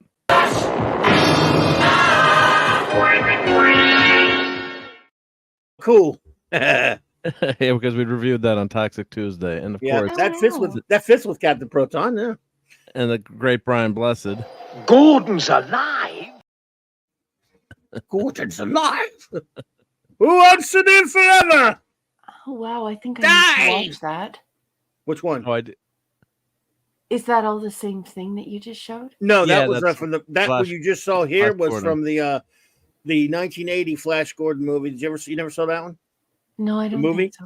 No, I that you don't might think- enjoy. I don't know. It's Yeah, goofy you would fun. enjoy that. It's I No, don't know. She might. just let me write it down. Oh, well. Who wants to live forever?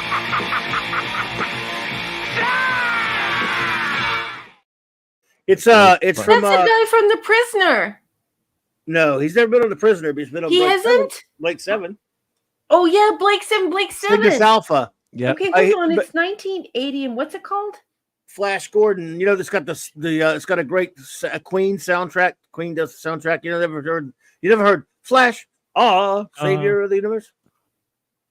Michael Beacom says, the hero of these films cuts his hand off and it gets possessed and replaces it with a chainsaw. Somehow, Oh my God, no! You and the Evil Dead series. No, Oh. Michael Beacom. No. No, he's talking to me. No, I love it. I'll put it like this, Michael. I don't like the first Evil Dead movie that much.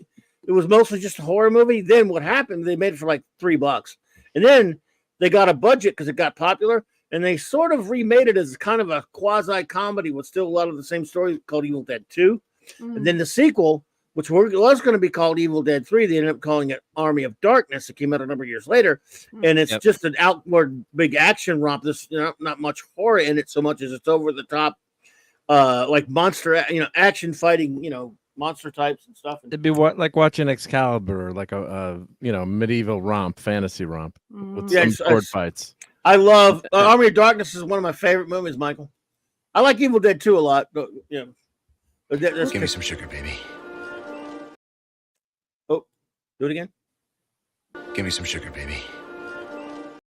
There you go. There's so many good Seems clips in that movie. Cassandra he's likes But it. that's what makes it so beautiful. He's Bruce Campbell. He's great. Bruce Campbell's Cassandra amazing. liked Flash Gordon.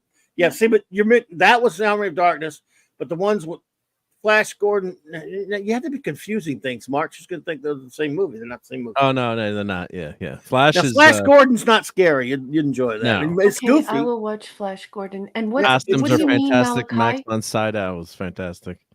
Malachi, sweetheart, can you please explain to me what you're You have talking about? an Amazon list. Is that what you mean? That one? Oh, like a gift list, if people Oh want my to send you goodness! something. No, I would never have a gift Oh, list. And I know if what I he's talking ever about. develop a gift list for like people to give me things, I want you to take me out in the street and have me flogged. Oh, wow.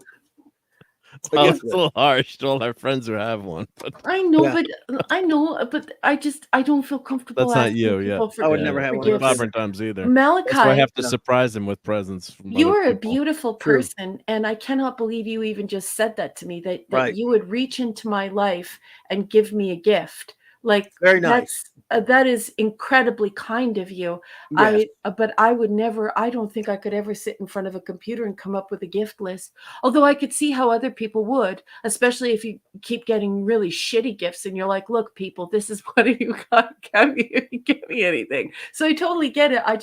I would never be that presumptuous, and I can't even believe that you brought that up. You just made my week. You kind and thoughtful and amazing person. Thank you, Malachi.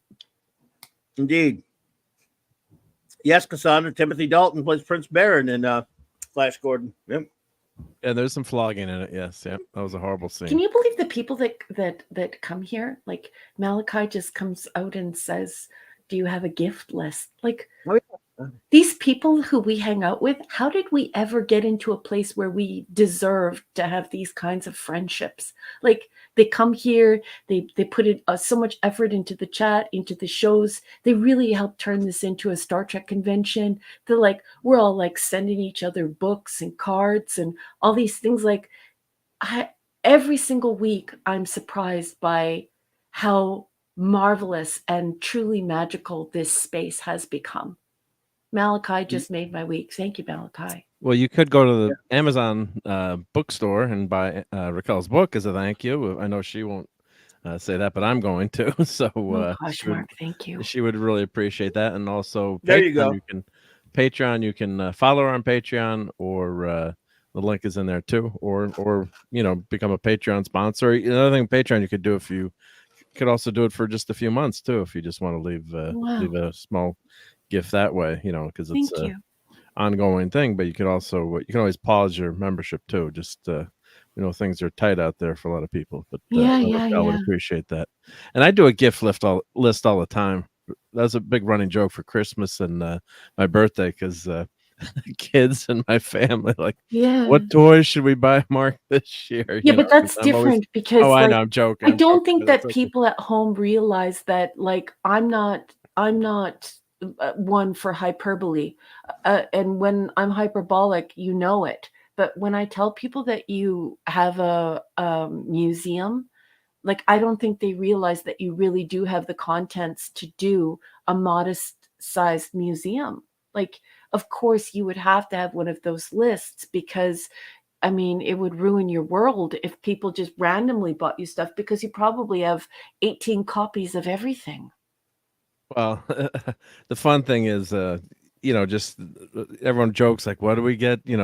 What do you get Uncle Joe? But it's like whenever it's time to buy Mark something, it's like you're the easiest person to buy for, because pretty much, any action, even if I get a duplicate, I don't, I don't mind. But that's always the crazy fun thing is, now that my kids are older, they want boring stuff like clothes. And God, was I a good dad? I hope so. But yeah, they're not into the genre stuff.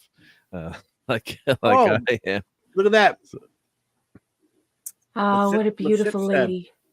Oh, and Google they ate it? ate the. Wow. That stinks. Well, thank you. Thank you for trying.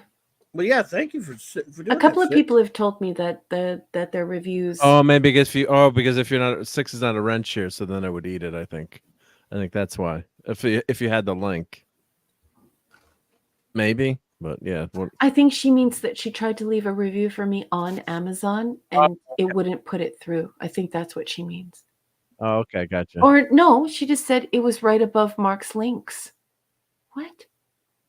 Okay, so you're right. No, I didn't include a link. Oh, okay.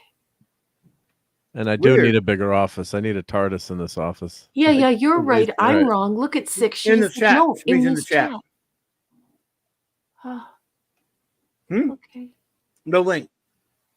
So we need a link to your thing in the chat. Oh, no, I put it in. No, I put the link in. Yep. Not this comic got nuked though. Yep. Oh, she didn't include a link. Oh, well, that's weird. That's damn weird. Well, thank you, 6. Very, very weird.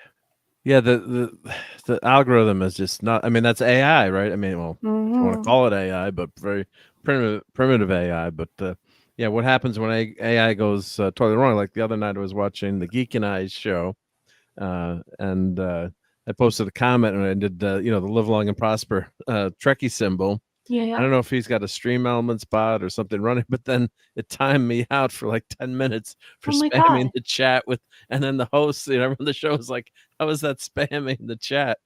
That's the first time I've ever been timed out. Well, other than Steve Mitchum butt banning me, but well, that's Steve Mitchum. Guys, I have to stop the broadcast for 2 eggs of a puppy's tail. Although I'm totally teasing Steve Mitchum, because our wonderful friend Enigmatic Drop Bear has just put the following message in the chat. Dear friends, unfortunately, I have to step out. I'll see you all next week. Take care. Clobby, Raquel, a Spock, and a live long and prosper. Enigmatic Drop Air, we love you so much.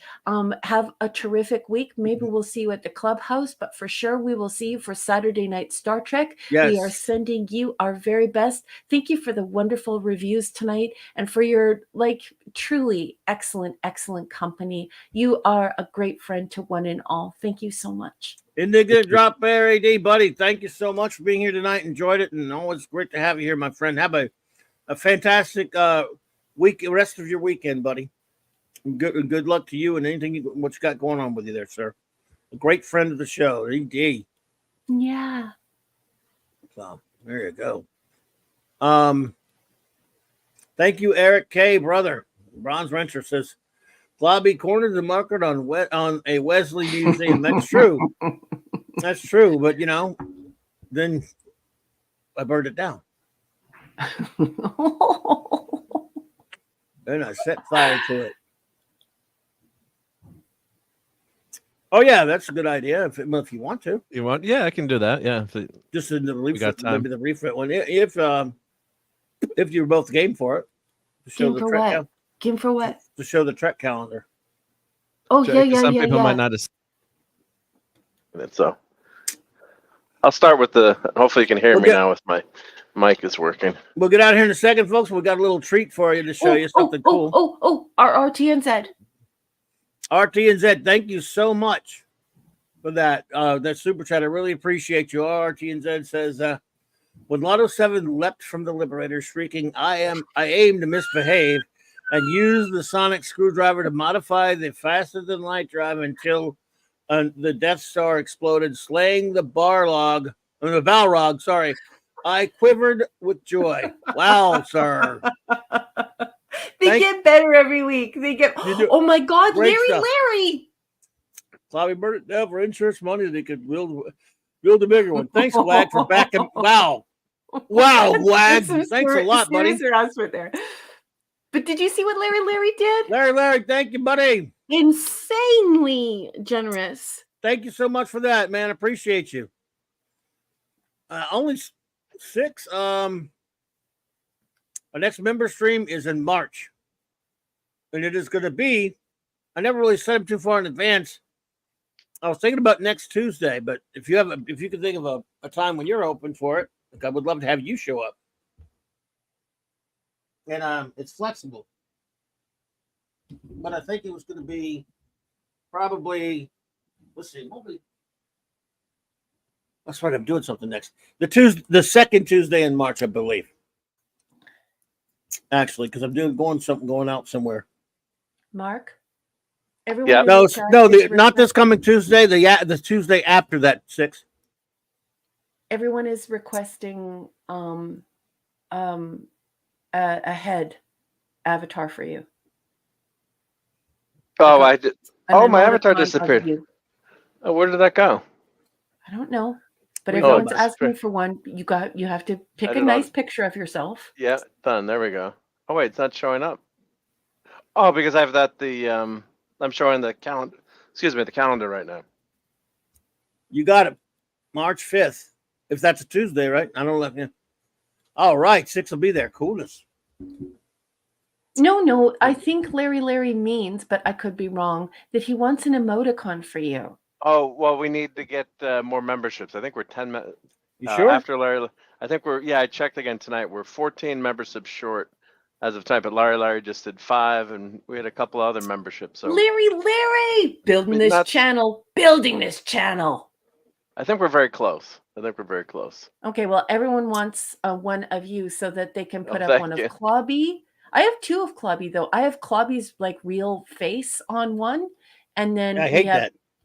Well, I don't care if you hate it. I love you, so that's staying up.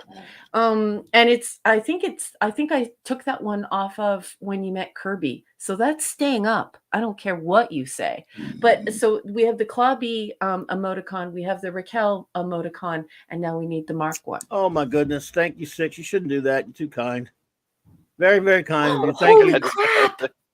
Holy crap, Larry just gifted 10 memberships. Love you, 6. Thank you so much. And thank you so much. Bubba Doom. Larry, thank you. You're too kind. And so everyone's is Bubba Doom. Going crazy. Oh my goodness. Thank you, Bubba Doom. Pick up those memberships, folks. Pick up those memberships. Holy cow. Memberships are not cheap. That's a very expensive gift. Absolutely. You guys. Pick up like I said, I don't know how to pick them up either, but if you can figure out how to pick them up, please do. I think it's automatic. If you're lurking out there, hey, pick up a membership anyway. You lurking, or you can just have to hit the button for the permission to accept gifts. And then it's random, according to Eric K. I think that's what he told me. Okay. It's random. It just as long as it chooses you then, right? So, yeah, and it chooses you. As long as you're able to accept. Okay, gotcha. Oh, and Larry is waiting for your emoticon. He's like, "Damn it, Mark, where's your emoticon?" All right, it's there now. It should be there. Okay, testing, 1, 2, 3. You might have to refresh the chat. You do have an emoticon, yeah. Well, my right here. See it. It's right here. Oh my Max goodness Reds gracious. get lost. Are where you is it? insane? Max Redstone gifted 50 CLOBBERIN times Oh my God, memberships. dude! What the hell is that? Like $200? Holy What cow! are you doing, Max? I don't know if there's that many people even Oh my God, watching. Max. Max, thank you. Wow, I mean, I don't even know what to say, buddy. I mean, that's crazy. Max, what are you doing, babe? That's just too generous, buddy. I don't know what to say, man. I love you all so much. These gifts are just absolutely amazing. Thank you for supporting Clubby like this. You guys are the best. Now I must insist that you come on and talk some Blake 7 now that we've already talked about Superman movies. Holy Yeah. That's crap. unbelievable. Wow, everyone, yeah. What just happened? Like $300 worth of memberships just happened? Like, that's crazy. Wow, thank you all. I mean, I don't know what I mean. I just I'm blown away. I want to see the Mark emoticon. You have to refresh your browser. Okay, I'm going right now. YouTube. Wait for me. I've seen it before. I Like- don't see it on there. What happened to it, Mark? Well, I just added it 2 minutes ago. And thank you everyone. Oh, for that. okay. The one that you have on your Yeah, I'll be right back. I'm going to check mine. It's like the one that's on your Yeah. I'm refreshing. Let's see what it works. This one's on your channel, right? Yeah, my channel. Yep, my icon that I use. Yep. All right, let's see. Well, now we can actually add another one too now. I don't see you. Oh, there you are. Yep, see? Went on down to the Audubon Zoo. So we got some new members now. Let's see. It doesn't say it on the StreamYard side. Thank you so much, Max. Dude, I don't know what to say, man. And you, all of you, 6. I can see Larry, it. Larry. Larry's using it. Bubba.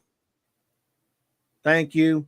And thank you to everyone who stayed in the chat to receive those memberships, so that we could go over and get all of the and have like more access to the emoticons. Oh my gosh, you guys, the chat is just filled with this. And Max, I cannot believe what you just did. I mean, Larry 6, Max 50, Larry like 20, or was Larry like 25? You guys, it's crazy. That's so much money. I just added you as the keeper. We can change him after, but I just added you as the keeper, Raquel. My goodness. Thank you, 6, for saying that. I agree. The generosity, I mean, I'm too humble to say it matches the channel. I think it just matches the wonderful people we have here. But I know what you mean. It is the spirit of this channel. We love everybody. And we don't always agree on things, but I want you all to know, man, I love everybody who's here all the time and spends the time to hang out with us. Again, I'm looking at the you could see it I can see it on the YouTube side. I can't see it on the StreamYard side. But look at all these people that have become, become members through this thing. Human beings, all of these names. I don't want to call them out because I'm not going to call them out because they may not want to be called out. But there's some I recognize. Some I don't. You put the keeper up just like you promised, Mark. Yes, I did the keeper. Well, thank you to Okay, everyone. this whole thing of you and I doing the emoticons together is such a great idea because you've added some real magic here, Buster Roonies. Bunch of great people. Neelix the best one. Neelix, oh yeah, you did the ugly chicken man one. Some of these people will pop in not knowing they're members, and they go, "Oh, I'm a member." Yeah, I remember. Yeah. I do love my egg. So let me ask you this: so good. Are these people that, if they're here, are they people who lurk and they're being made members? Yes. It's they have totally to be random. No. It's totally random. You just have to allow it. They have to on be your here, membership. right? No, they don't have to be here. No, they don't. No, because I was they had to watching be Retro Nerd Girl last week, and Steve Mitchum got a membership gifted. No, but wouldn't they have had to be here at some point? How could they have not? They have to be subscribed to the channel. They have to be a channel sub. Oh. And they have to allow gifted memberships on their YouTube settings. Hey, is Parker Luck here? I don't know. I'm seeing him in the chat. Where? Where's Parker Luck? He's Yeah, Parker Luck is here. Yep. Okay, but Oh my God, you guys! The hey, chat Parker looks Luck, just I didn't see him on the other side. I'm looking at all the people that have been. I mean, these are people that. So if they're not here now, why would it know to give them to give them a Max Redstone made Drunk 3PO a member because all you have to do is just be subscribed to the channel and have the setting to allow to receive gifted so membership. as long as you're subscribed is what you're saying. You have to be a sub. You have to be a sub to the channel. Yeah. Okay. Hey, Fill Up Gaming. Hey there. Holy cow. I'm looking at this on the YouTube side, and usually I just stay on the StreamYard side because you guys know I like to focus just on you, and I don't surf the internet and Google and all that crap like other people do. And I'm looking at this on the YouTube side, and I just cannot believe how magical this looks. It's like it's raining memberships. Yes. It's unbelievable. You guys are too kind. Well, let me tell you something. I thank all of Larry, you who lurk. Max, oh my God. All of you who lurk. All of you, because there have been some channels that I've subscribed to that I had been into a while that I go to their channel and I'm all of a sudden a member. So I guess that's what it is, as long as you subscribe to them. So I just didn't really think about that, but I see it now. I understand it now. But look, all those who lurk, we love you, and those who are watching on a download, we really appreciate you and love you as well. Thank you so much. Thank you so much. And Max, you should screenshot that and tweet that out. Drunk 3PO will see it. Yep. Would you please do that? That's right. This upcoming membership is going to be on the 5th of March. Thank you, Six. I hope you can be there. It because I hadn't done one in a while. I wasn't able to do one in February. Now begin 18 months of ramen. Oh my God, Max! Now I'm gonna feel bad, man, too. Yeah, there are people. Well, unless you like ramen, even using the Klingon Rite of Ascension. Cool. They're using the Agony Booth. They're using the Agonizer. You guys, they're using the Delta. I love that Delta. You guys, this is so cool. Oh, I love it. Unless, of course, Max, you actually like ramen or something. I like ramen. I can't make it. My son has to make it for me because I'm garbage at making stuff. But you can't make ramen. It's boiling water. I know I can watch him do it. It's not water. You got to put stuff in it too. No, you just do the package. You open the package and you put the seasoning in and boil it. This is so cool. I can't believe it. Yeah, but there's more to it than that. This is so nice. You got to make the Delta taste came out good. I made that. No. Nobody can make fun. Please don't make fun of Clobby here, because what you don't know. No, they should make fun of me. Is that he has an adult son who is like, he has like a chef's recipe of ramen. And so he does an elevated version of ramen that would be like what you get in a Japanese restaurant. Clobby's told me about it. And not just like regular ramen. That's right. Yeah, so when Clobby's thinking about ramen, he's thinking about his son's ramen that sounds like something you get in a Japanese restaurant. It's really delicious. All he does. No, believe me, you know I don't like all that crap in my stuff. He does it. He just puts an egg in it for me, and then I get flavors it a little bit with some, not much. I mean, yeah. But anyway, everyone, we got we have some pictures here for this is the Ships of the Line calendar from this year. Yeah. And you can now tell them what we got. We're showing here before we get.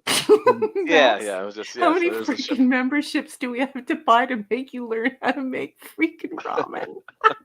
What? You couldn't. No one could afford that many memberships. It's so funny. I can't cook anything, dude. I burn water.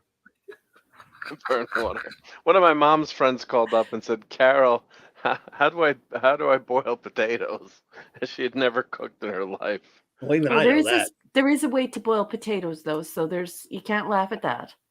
Yeah, but she didn't know that, like, to put them in the water and boil them. I can do that. Techniques. Yeah, I can make bacon and eggs. Put them in the water and boil them, right? Like, so first of all, some people add cold potatoes to already boiling water and turn the potatoes into glue. Many people don't realize that they need to be sliced in half, and you have to wash the starch off of them, then put them through 2 cycles of cold water, and then put them on the burner and boil them. So boiling potatoes is different. Pardon? Are you Irish? Yes, I am actually. I'm totally Irish. I'm nothing else. My mom's trick is to cut up onions and put them in the water as she boils the potatoes. That is a trick to flavor them if you have people in your family who like the taste of onion but don't like the texture. Yep. And it also makes the Can't see onion 'em. super mild, right? Yeah. But there is an actual science to boiling potatoes, and there is actually a science to boiling eggs. I'll never forget the first time when a young woman I know asked me, she started showing me how she boiled eggs, and I was like, "Dear God, what are you doing? You're one of those people who boils eggs until the yolk has a gray ring around it. That's not what you're Yikes. supposed to do." That's what egg timers are for. Yes, the eggs have to be cooked like steak. You have to cook them to a certain doneness. You can't just put them on and boil them until they're like rubber. Just take them out of the shell and throw them like a ball in gym. Anyway. Yucky. Anyway, if anybody makes fun of you because you don't know how to boil eggs or because you don't know how to boil potatoes, that is okay because both of those have an actual science that you must learn, the process and the science. Anyway. And Rob, There you yeah, go. ramen in New York City is $25 to $30. So if you're in a Holy restaurant, Kawasaki. oh sure, yeah, if you're in a restaurant, yeah, Malachi, they bounce better. they bounce better. Malachi. Even I can make what I call a Momo breakfast, bacon, bacon and eggs, and and Good, stuff, good. the basic stuff. But no, I can't make anything. You know But what's I really don't need good to. at? I make you can make a place in Syracuse had you make huge pancakes and they put sausage in them and eggs in them and hash browns and wrapped them up. It was like it's like everything all in one. Oh, it was so good. But anyway, this is the Refit Enterprise here. Cool picture. If you notice, there's a distinct lack of new stuff in this calendar because they wanted to sell. And this is a tribute There's to no new Gregory crap. Chain. I've determined that none of it's new. They got some concept art, but none of it's filth. Yeah.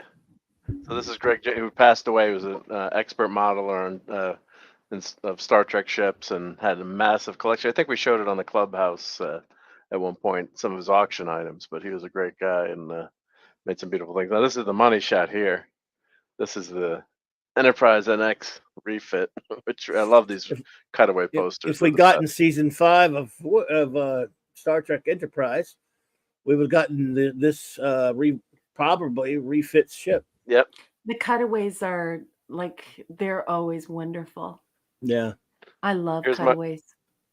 Here's my 3D Yeah, print of the I made a mini one to kind of go with the micro machine. An X01 refit, yeah. Mark, can you draw the cutaway nearer? Yep, I'll pull it forward. Yep. Let me Please. just I'm sorry. Thank you, friend. Sorry. Well, I'll put I'll push the camera in. We could do that. Yep. Yes, Nice. please. Look at that. That's I beautiful. love these cutaways. They're so fun. Yeah, cutaways are awesome. Yep. Oh man, yeah, they're so cool. Look. There are Janeway's eggs right there in the bottom. Janeway's. Oucher. Yeah, she did not work as a sex symbol tonight, but I did love that episode. I mean, they were trying hard though. Yeah, they tried, but yep, she's not a 7. No, especially not 7 with the advent of what enhanced 7. And we had a nice discussion last night about our Fortnite game. Six and the ladies. Then Lisa explained sizing because the line that when she says, "Oh, and by the way, I'm a size 4," when it goes time to make Janeway the costume. So we had a long discussion about teaching us guys how the sizing went for women on outfits. There was a big debate about whether or not Janeway was really a size 4. Oh, Larry, thank you, buddy. He says in 10 America, months until a 4 Christmas. is pretty big. Thank you for that super chat, buddy. Appreciate you. Let's see what would be something Larry would like to see we hadn't seen yet. And they probably redesigned the whole sick bay too. I know engineers, they love to change things. Brain and brain, what is brain?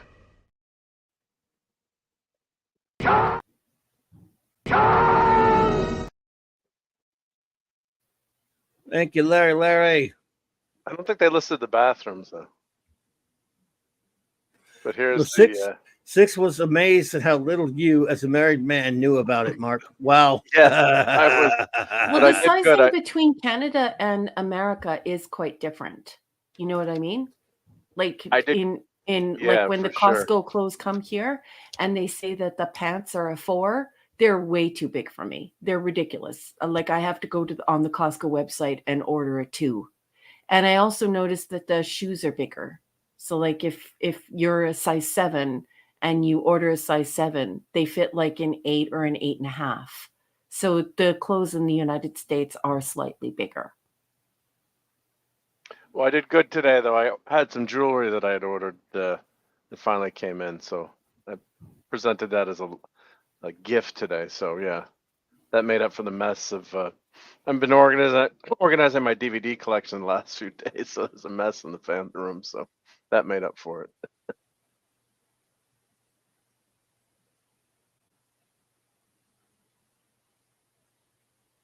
Janeway is a size 10 at least. You see? Oh, I don't think she's that big. damn, Simply.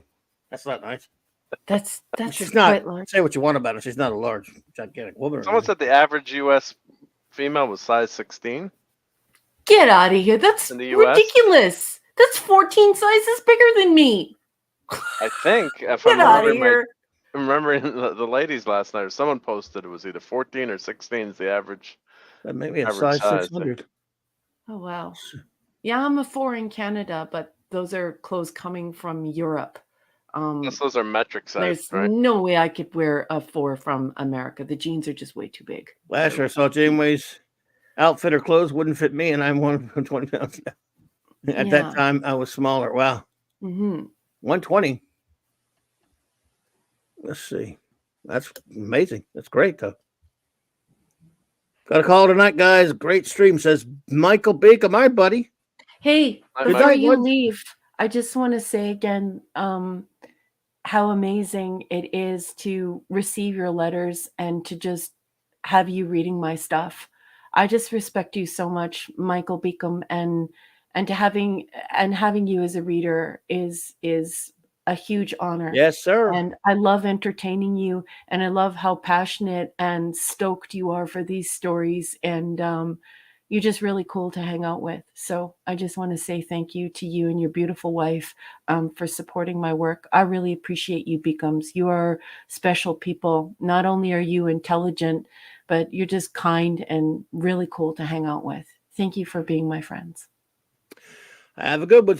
Thank you, buddy. Good to see you. You and Cassandra have a wonderful rest of your weekend, and thank you for being here. All right, everybody. Well, we're going to start to mosey because it's getting late for number 1, I know. Mm-hmm. There's the second to last picture, but a lot of Constitution class on this calendar, if you noticed. And of course, the only drawback is it's posted sideways. Yeah, it's not easy to hang on the wall. That's the thing. Like whenever I Yeah. receive one of these as a gift, they're a pain in the ass to put up on the wall. And not Yeah, only 'cause they're that, double like side, yeah. my They're spreads. TOS calendars are like my life. So instead of carrying a day planner and things like that, write on especially when I'm working from home, like they're my day planner. Like Can you my write on them? Sharpie, yeah, my Sharpie Oh and my my God, TOS. but they're not worth anything after you do that. That's okay. They're worth something to me, but I use them as though they are like a day planner, but they're on my wall, and so I I've never can't written live on without any of them. my Star Trek calendars ever. Oh no, Not allowed. I need mine. It's my life, and I have to get one, right? But these ones, I don't find them convenient. I can't Well, you use can't them. write in it. I might get this one for that middle Yeah, spread. just for Though. that. Now that it's cheap, it's like half price online now. Yeah, and you Isn't can it? pop it out of take the staples out and just pop it out. Yeah, that'd be great. Yeah, Plug a that up, 6. I don't care what people weigh or what size they are either. And you're right. I care about how they treat animals and old people, seniors. Yeah, seniors and vulnerable people. Yeah, people with disabilities or challenges, and animals and seniors. Yeah, and how they treat people who can't do anything for them. Who That's the old saying. Yep. how do you behave towards someone who gives you no advantage and they're just your friend? So yeah, but size and weight does not matter to me. I really don't like it when Clubby is mean to himself. And when Oh, I see him in real life, I am actually going to kick his shin for Well, wait a minute. for I hate myself for being this way, but I'm nice to everyone else who happens to have this problem. I'm never true. mean to anyone who has this problem except for me. I hate myself True. for it. But I have a horrible self-loathing issues anyway. And I'm upfront about that. But yeah, Yeah. And I people have prefer the issues. term dimensionally challenged, everyone. People have issues with themselves or with others. Nobody's perfect. So, Oh my goodness. Good night, Tetrarch of Apathy. Good night, Tetrarch. Oh, Size matters not. Look at me. Judge me by my size to you. And where you should not. For my ally is the force. Life greets it, makes it grow. Life is not easy, and making it harder for other people isn't very kind. Luminous beings are we, not this crude matter. My power flows from the force. Sorry. All right, everybody. Well, we're going to start making it out of here because we love you. But what do we say all night? But we have been here for quite some time, and number one has to. Thank you, Larry. Larry, by the way, appreciate you. Has to. Oh, thanks. I'm in the chat. Yeah, I did put up some. Well, that because I was logged in as an editor on your channel, adding emoji. So that was actually me cloning clobbering times. Yep. What happened? It's a fake. It's a fake. Because I was editing the emojis. So then I was logged in as an editor. So I show up as you. Then now I'm back as me. Hopefully, yep. I had to refresh. Let's see. So I made Max said so I made Drunk 3PO a member, and well, hail Drunk 3PO. He's a great fella. That's great. Mike Benjamin, is that something, or do I have to also make Drunk 3PO a member as well? Well, what do you mean? Hold on. Did he? I'm not sure what that means. What did you do, Maxie? Let me go see. I'm not. He put that on. He tagged me. Not sure what that means. You said you made him one, but how can you make him one as well? I don't know. I missed that. He tagged me on it. So thank you, Max. Oh, he has 2 accounts. Well, I didn't know that. So how am I supposed to know that, dude? Let me go see. I see what you doing. You big silly.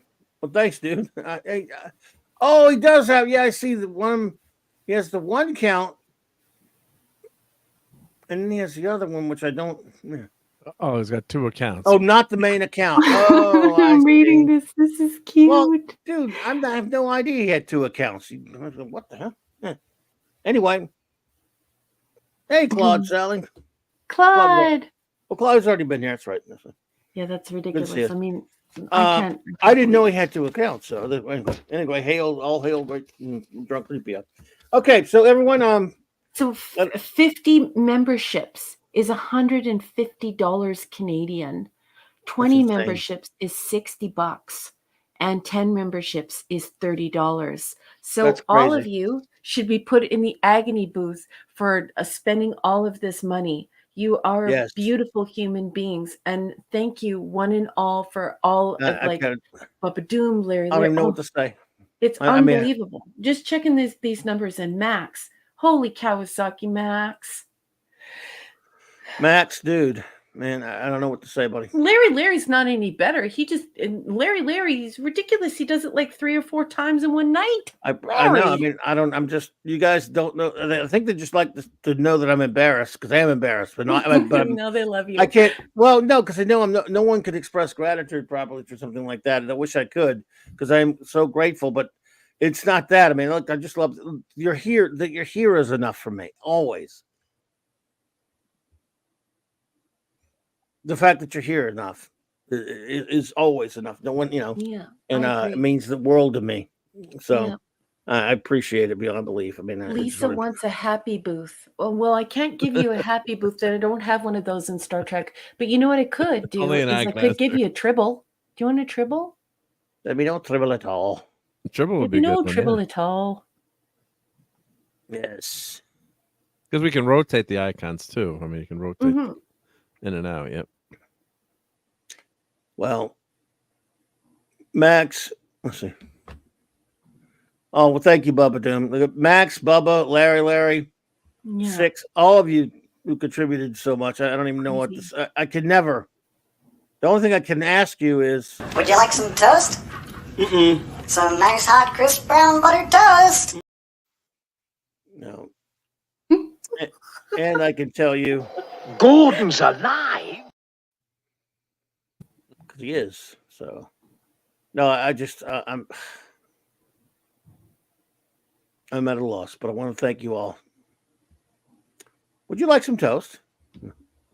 Everyone wants some toast. So, like, see, everyone would actually like a talkie toaster. Talkie toaster was here earlier. He must have ran out. So, would anyone like any toast? See, you got to click. You got to click No, the one where JT Kirk. No.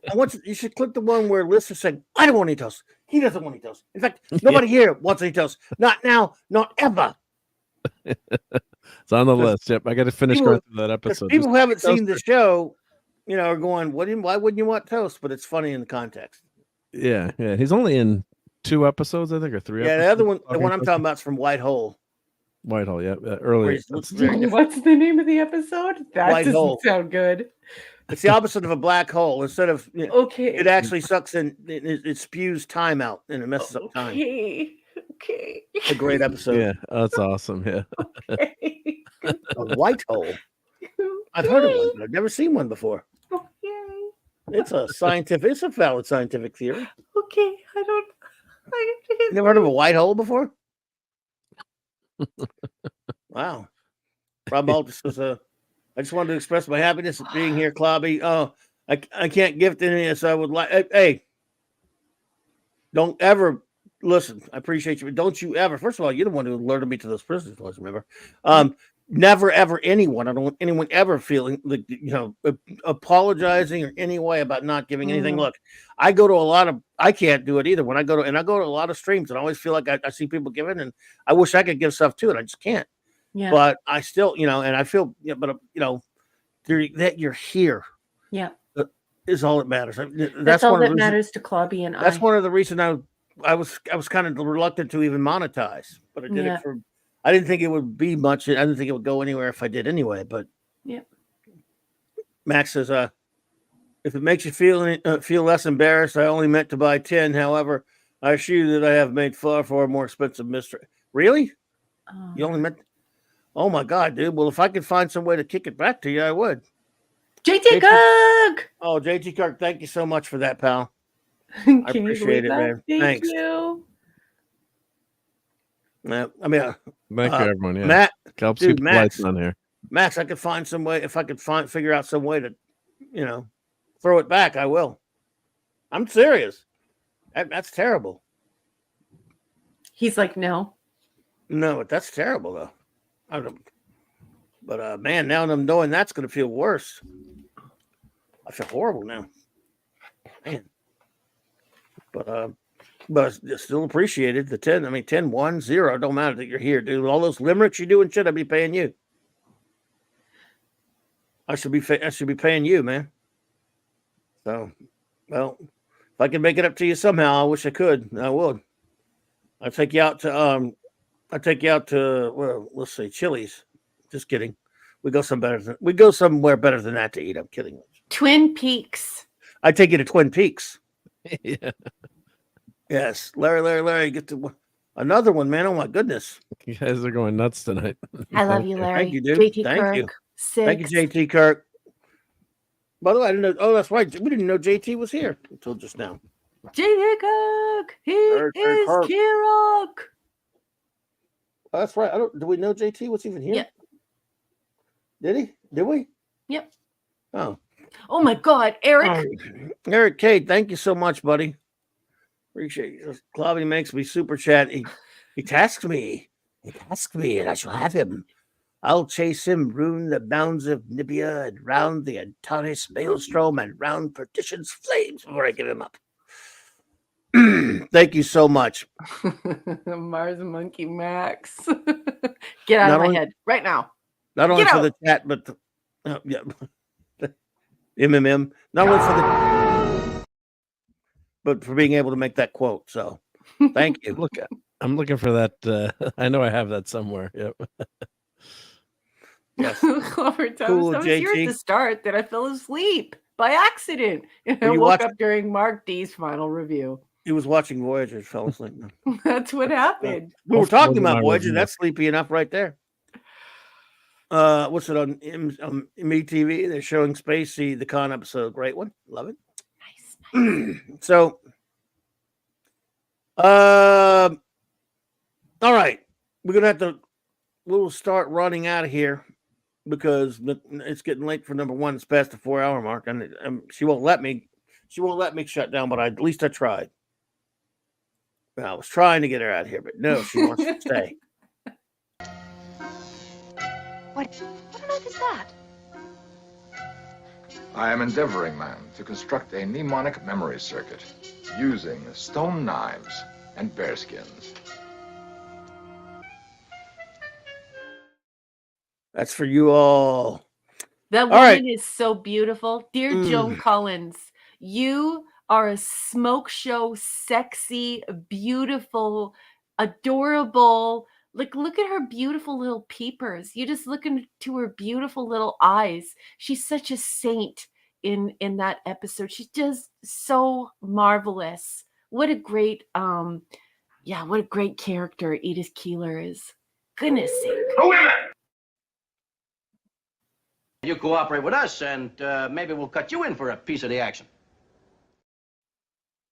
I've done far worse than kill you.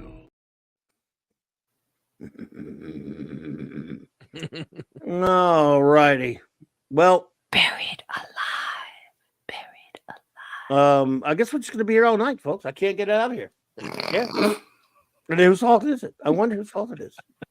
Is it Max's fault? No, it's my fault. It's in my Is it contract. Mark's fault? Is it number one's fault? Oh my god, I don't even know. Buried alive. Well, I'm just going to keep playing with the sound bites. That's how it is. Again, you proceed from a false assumption. I am a Vulcan. I have no ego to bruise. Your agonizer, please. No, Mr. Spock!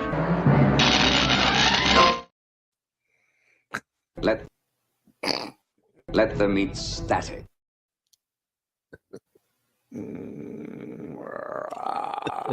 Yours is a superior. Hey, Jim boy, y'all ever have a real cold Georgia-style nut julep, huh? Where's McCoy? He went off to create something called a mint julep. That's a drink, Jim. All right. So, number one, any final words for our wonderful friends out there? Hey, everyone. Thank you for being here tonight. Thank you for being amazing. Thank you. And that's no exaggeration. It is just so crazy to me that like 200, 300, 400 people come here and they've watched the episodes and so many people jump in the chat to share their thoughts. You people are amazing. You make this a mini Star Trek convention every weekend. Yep. And I appreciate each and every one of you. I could sit here all night talking about the different personalities and the different people who have truly become friends to us in this chat. I love your company. I love your personalities. I love your jokes, each and every one of you. Thank you, everyone. I also want to thank all of the wrenches for working so hard with us this evening to help guide the community and to be there to give us a hand, especially Mark. Love you, Mark. Thank you for everything that you do for Clobby and I behind the scenes. I hope everyone will follow your Patreon. I hope everyone will find out what a marvelous maker you are. You make a beautiful killer cornucopia, wink, wink, dun-um, dun-um, a doomsday machine, and a fabulous liberator. You are such a talented and kind person. And I hope everyone will follow you on YouTube and on your Patreon.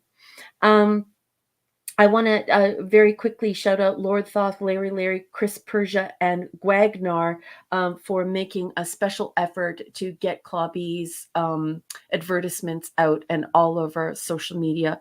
I appreciate you more than I can possibly say. I also want to say that there is no greater accomplishment, there is no greater compliment than the joy of entertaining intelligent, well read human beings. And so I just want to thank JT Kirk, Scuba Pete, and Michael Beacom for the amazing reviews they left for me on Amazon. Oh my gosh. I love writing stories for you, and I'm going to keep on doing it. I want to shout out to all my Patreons very, very quickly. I have a new book coming out. It is done. The 10 stories are done. It is on the desk of my editor, and he is a very careful and very measured person. He is a literary scholar. So I'm going to let him take his time and do his thing. But as soon as it's done, I'm going to have it published right away. And I'm so excited to introduce you to my new artist and the new art. It's going to creep you out. It's going to freak you out. And you're just going to love it. That would not be possible if it weren't for the following people, because I write just normal science fiction. I'm not an activist. I'm not into activism. And so publishing houses just aren't interested in just good old-fashioned episodic classic science fiction. So a few people stepped forward and said, go and get a Patreon.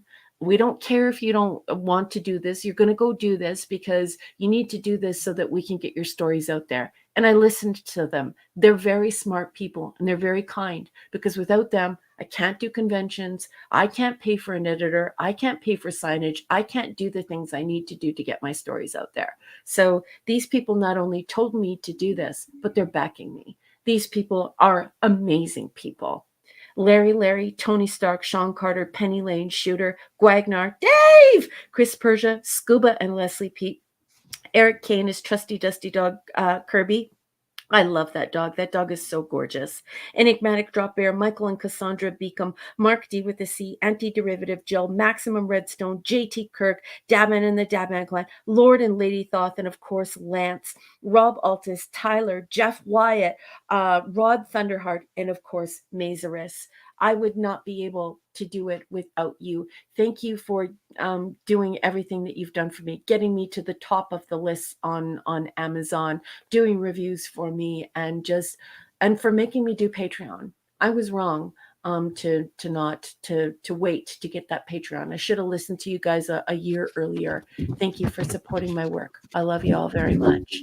And last but certainly not least, Clubby, thank you for creating this space for us. Thank you for creating Saturday Night Star Trek for all of these, the finest nerds, geeks, Trekkies, and fans in the galaxy to assemble here to talk about the great, majestic beast we know as Star Trek, the 735. Thank you, boss.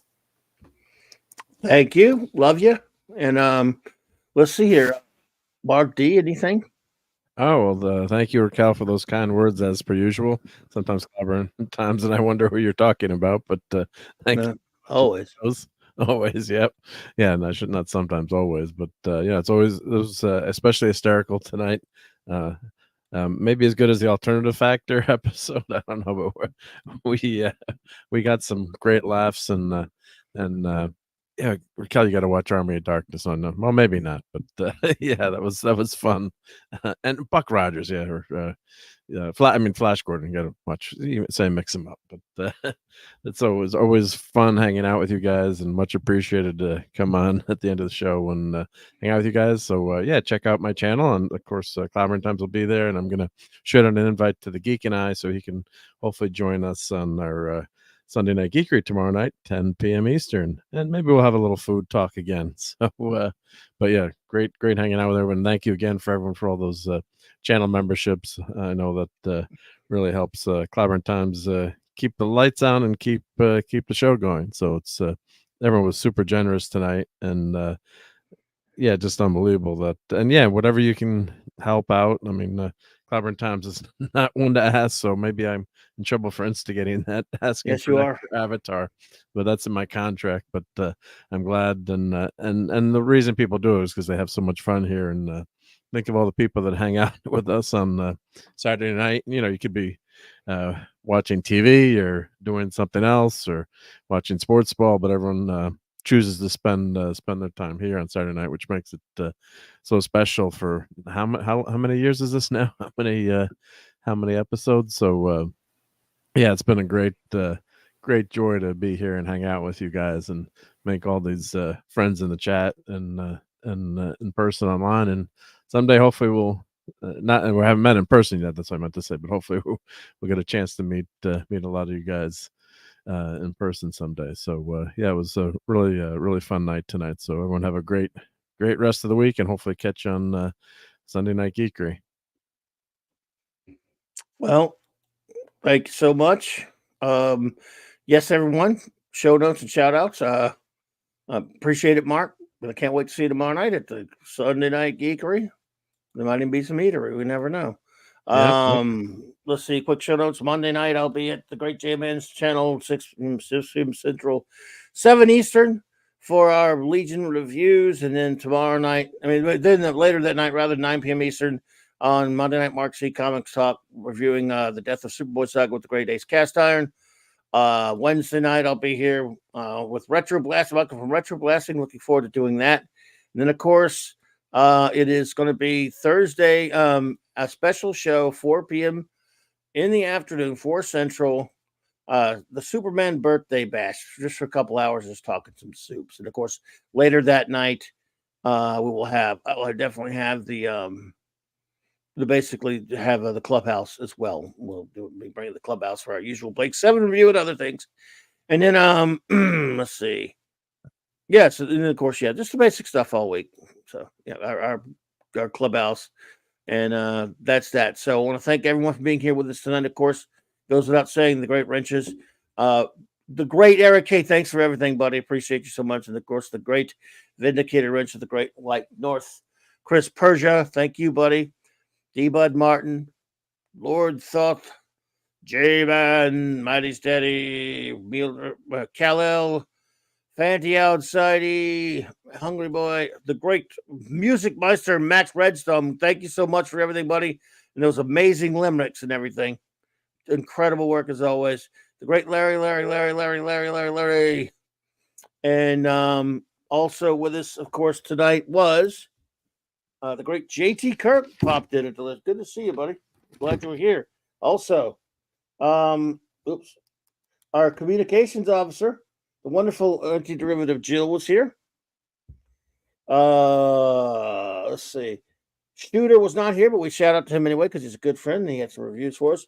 FKH, Tim, Raymond and Sandra Feliciano, Putin's dog, Gwagnar, RRT and Z, Penny, Simply Steve, buddy, the Woke Breaker, Classic Comics, Bubba Doom one, buddy. Thank you for being here.